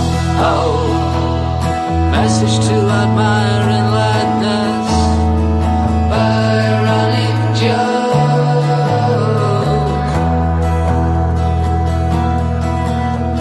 Now I'm gonna weed my greens, don't worry, wherever you are, I'm sure you'll be adorable.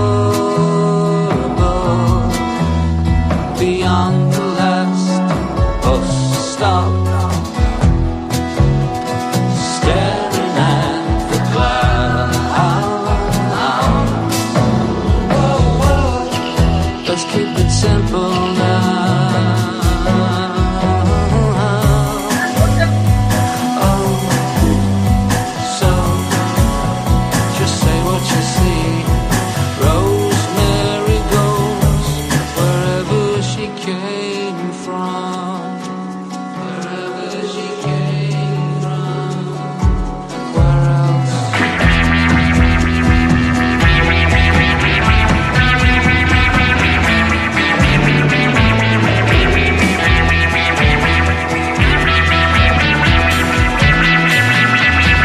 Baby, I feel the world shaking, and it's not from rock and roll.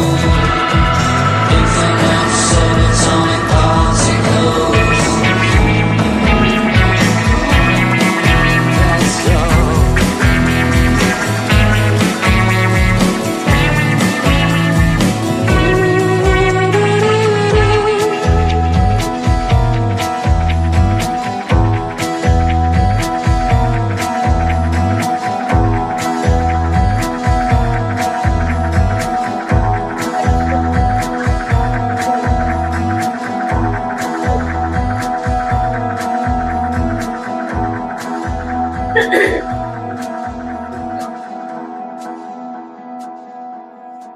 Nice long fade out, which you don't hear very often anymore. Yeah.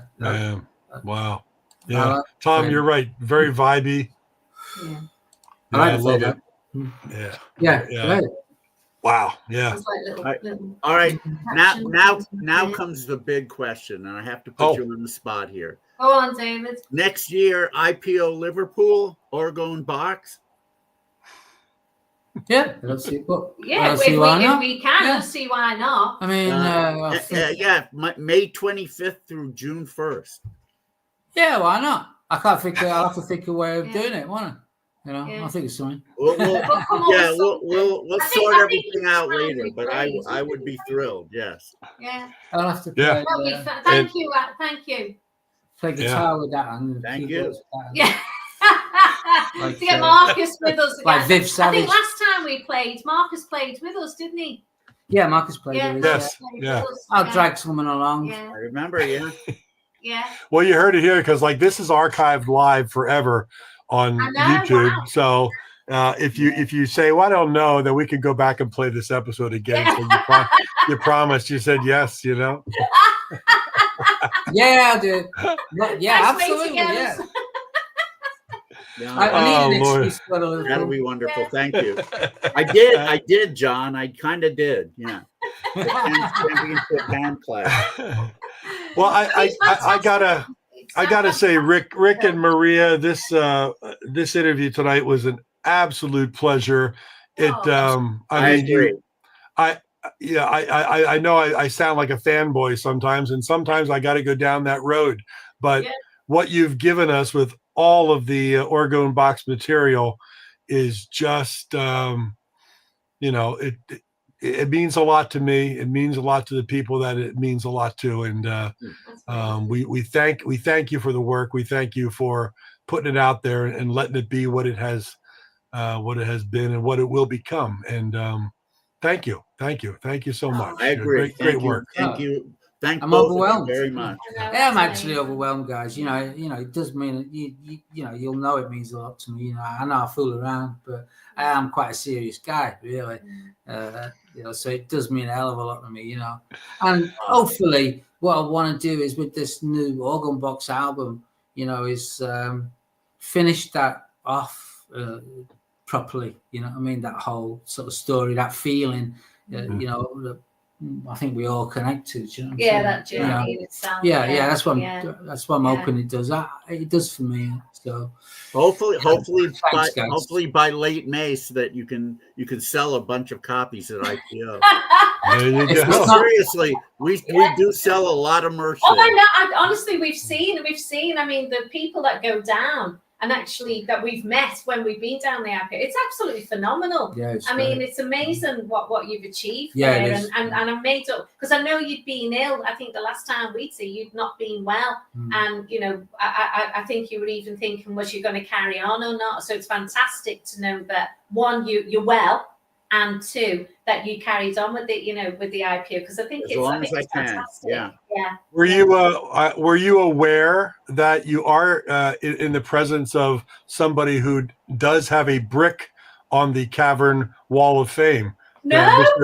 Mr. Bash was honored by the Cavern after 20 years being there, and here's a picture of David and his brick on the Cavern Wall of Fame. Oh, isn't that amazing? Yeah, that was really the best honor I'll ever have in my life. Oh, and that's amazing. And well deserved. Maria, you can't see it here, but my brick is right next to Clem Burke, the famous drummer of Blondie, and also right above Little Steven, who has some company you're in there. What? Yeah, Dave, that's great. I mean, it really was. It really was. Yeah. That's rock and roll, David. Absolutely. Yeah. It is. Cool. But, well, Rick, Maria, thank you so much. This is a 2-hour Material Issues episode, which went by like it was 7 minutes. I know. We talk all day and all night. And the 74 years between the last album and this one has seemed to drag on forever. So looking forward to it. I know we can tell people that you do have a Bandcamp site. So Orgone Box on Bandcamp if people want to find out and keep the information. On Facebook, you have the Orgone Box on Facebook. They can subscribe there and find out all the information. And I'm sure that whatever label or however you're going to release this album, we'll find out about it and we'll talk about it here. Oh, I mean, I'll definitely sort of keep everyone informed. Up it up. So here's hoping that you do join David at IPO Liverpool next year. If you do, maybe I'll come across the water and be back at IPO Liverpool. That'd and be we'll great. all go out for a curry. Oh, yeah. Oh, definitely. Yeah. Yeah. Dalton's A good Chinese. Dalton's Palace, best Indian restaurant I've ever been to. I will look forward to that because I haven't been out for about 15 years. Yeah, but you're outside. That's nothing in Orgone Box time. That's it, yeah. No, it really isn't. It really isn't. You're going to undo the key of the capsule. I love it. Well, guys, thank you so much for being here. What a great interview. It's archived on YouTube. It'll always be there. Thank you for the music. We look forward to the upcoming material from the Orgone Box. And stay well. Take care. No, Greatly appreciate it. You're both wonderful people, and it was great to see you. Thank you. And you guys, this has been lovely. We've thoroughly enjoyed it. Absolute really honor to be here. Yeah. Thank you. And we'll stay in touch, obviously. Absolutely. Big okay, big time fun. You're going to sign me out of the studio. Bye, folks. Ta-ra, America. Bye, everyone. Bye, America. Well, there you have it, David. Yeah, that was a lovely. That was just one of the most boring, unemotional interviews we've ever done. Right. I mean, absolutely wonderful, wonderful couple, and the music that they've given us. It means a lot to me. And every once in a while, like I said, it comes along, rarely throughout time, but you run into a complete album or two and an artist that just just hits the right nerve and sticks with you and means a lot. And for me, the Orgone Box is one of those artists. So this has been an amazing interview tonight. Fantastic. Yeah. They're such cool people. I had a great time. Yeah. Really, really good. So looking forward to the new album coming out here in the new year. The early part of the new year. It looks like, yeah. Yeah, hopefully on Sugar Bush. Of course, as we said, their Orgone Box is on Bandcamp. And I'll write the little thing message down there, Orgone Box Bandcamp Facebook. So if you want to keep up with when it's coming out, if you want to go listen to the 2 tracks we played tonight, Web of Melancholia, I just blanked on the other track all of a sudden. Message to Admire. Message to Admire, yeah. You can go out there. You can go out there in Bandcamp and listen to them right now. And fantastic. But so what do we got going on coming up in the future here? This is the holiday season. We don't have anybody scheduled for the rest of December, but next week we want to invite some of our listeners to come on with us and have a really good time and maybe play a Stump the Bash and just talk about music. Yeah, that's how we put it. Cause it's going to be the next Wednesday will be 1 week before Christmas Day and the start of Hanukkah, which they're both on the same day this year. Rarely happens, yeah. So and any of our friends that keep checking in with us live all the time, if you want to join us live, come up on video and just talk about a little bit of music and goof off with some trivia and just say hi and hang out. Send me an email, popdetective@gmail.com, and I'll hook up. I'll send you, how the links and things next Wednesday. Just tell us you want to be on live, even if just to say hello and hang out a little bit. And we'd love to do it. We'd love to play some trivia. Thank you, Lisa. And thank you, and goof Lisa. off, because the following week our Wednesday show would actually fall on Christmas Day, and we're not going to do it on Christmas Day and opening night. First day of Hanukkah. I almost said opening night of Hanukkah. It is. Why not? First day of Hanukkah. So we're not going to do a show on if something pops up and we end up doing the show, Monday or Thursday. We won't do it Christmas Eve, obviously, but we'll let you know. But otherwise, that takes us into the brand new year, and we're going to kick off the new year with a great interview, aren't we, David? Yes, we are. One of the stalwarts of the Los Angeles pop scene in the mid to late 90s was a band called the Andersons. And the Andersons are excellent power pop. The band featured none other than Robbie Rist. And Will O'Brien was also in the band. They all use the name Anderson, but the only one who's really named Anderson is the main man, frontman, Derek Anderson, who has released, Andersons have released some fine music, and Derek also has released a great solo record. And we're looking forward to having Derek Anderson. And not only that, but he was the bass player for the Bangles when they reformed and started touring. So he went all around the world with them. And he's occasionally filled in for the Thrilla, Severo Hornacion, as bass player of the Smithereens. So wow. So he's done quite a bit. And he also plays with Marshall Crenshaw's band. And in fact, he just got home from a tour that they were doing. So the great Derek Anderson leading us into 2025.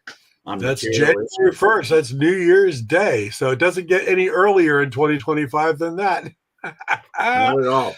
So mark it on your calendars. And if you haven't subscribed on YouTube or joined the group on Facebook, do it, because we'll let you know. We'll send out a message like on Monday right before the show, letting you know what's going on and if there's any time changes or guests added or taken away or whatever it may be. But it doesn't cost anything to subscribe on YouTube or join the group on Facebook. Please do that and tell all your friends, because there's no place like Material Issues. I wanted to use that line because it did allude to the Wizard of Oz and Judy Over the Rainbow and our guest, the Orgone Box. There's no place like Material Issues. All you have to do is click your heels 3 times. It takes you right to the YouTube channel. Yeah, it's a shame Beverly Garland passed away, or we could have had her. Or we could have, another connection to Wizard of Oz. Oh, Lord. Having a great time. Well, anyway, that's the show for tonight. That's 2 hours worth of Material Issues, everybody. Thanks for hanging out with us. David, I really hope and pray that you get some relief with the back and things start getting better for you, because not only myself, but a lot of people worry about how you're feeling. And I was at our local supermarket a couple of nights ago, and I almost had to call Rena to take an Uber and come get me out of there. I almost couldn't walk to the car. So yeah, it's sometimes it really acts up. But fortunately, when I'm sitting down or lying down, it's not that bad. So at least it's not constant. But yeah, when it hits, like Shoes said, when it hits, it's going to hit you so hard, and it did. Indeed. Well, hopefully get some relief and get on the road. Get on the road to feeling better. Thank you. With some help, because everybody's concerned. I've been down that road. I know how debilitating it really is. But it's all good. But great show. Love to Rena. Love to Chaz.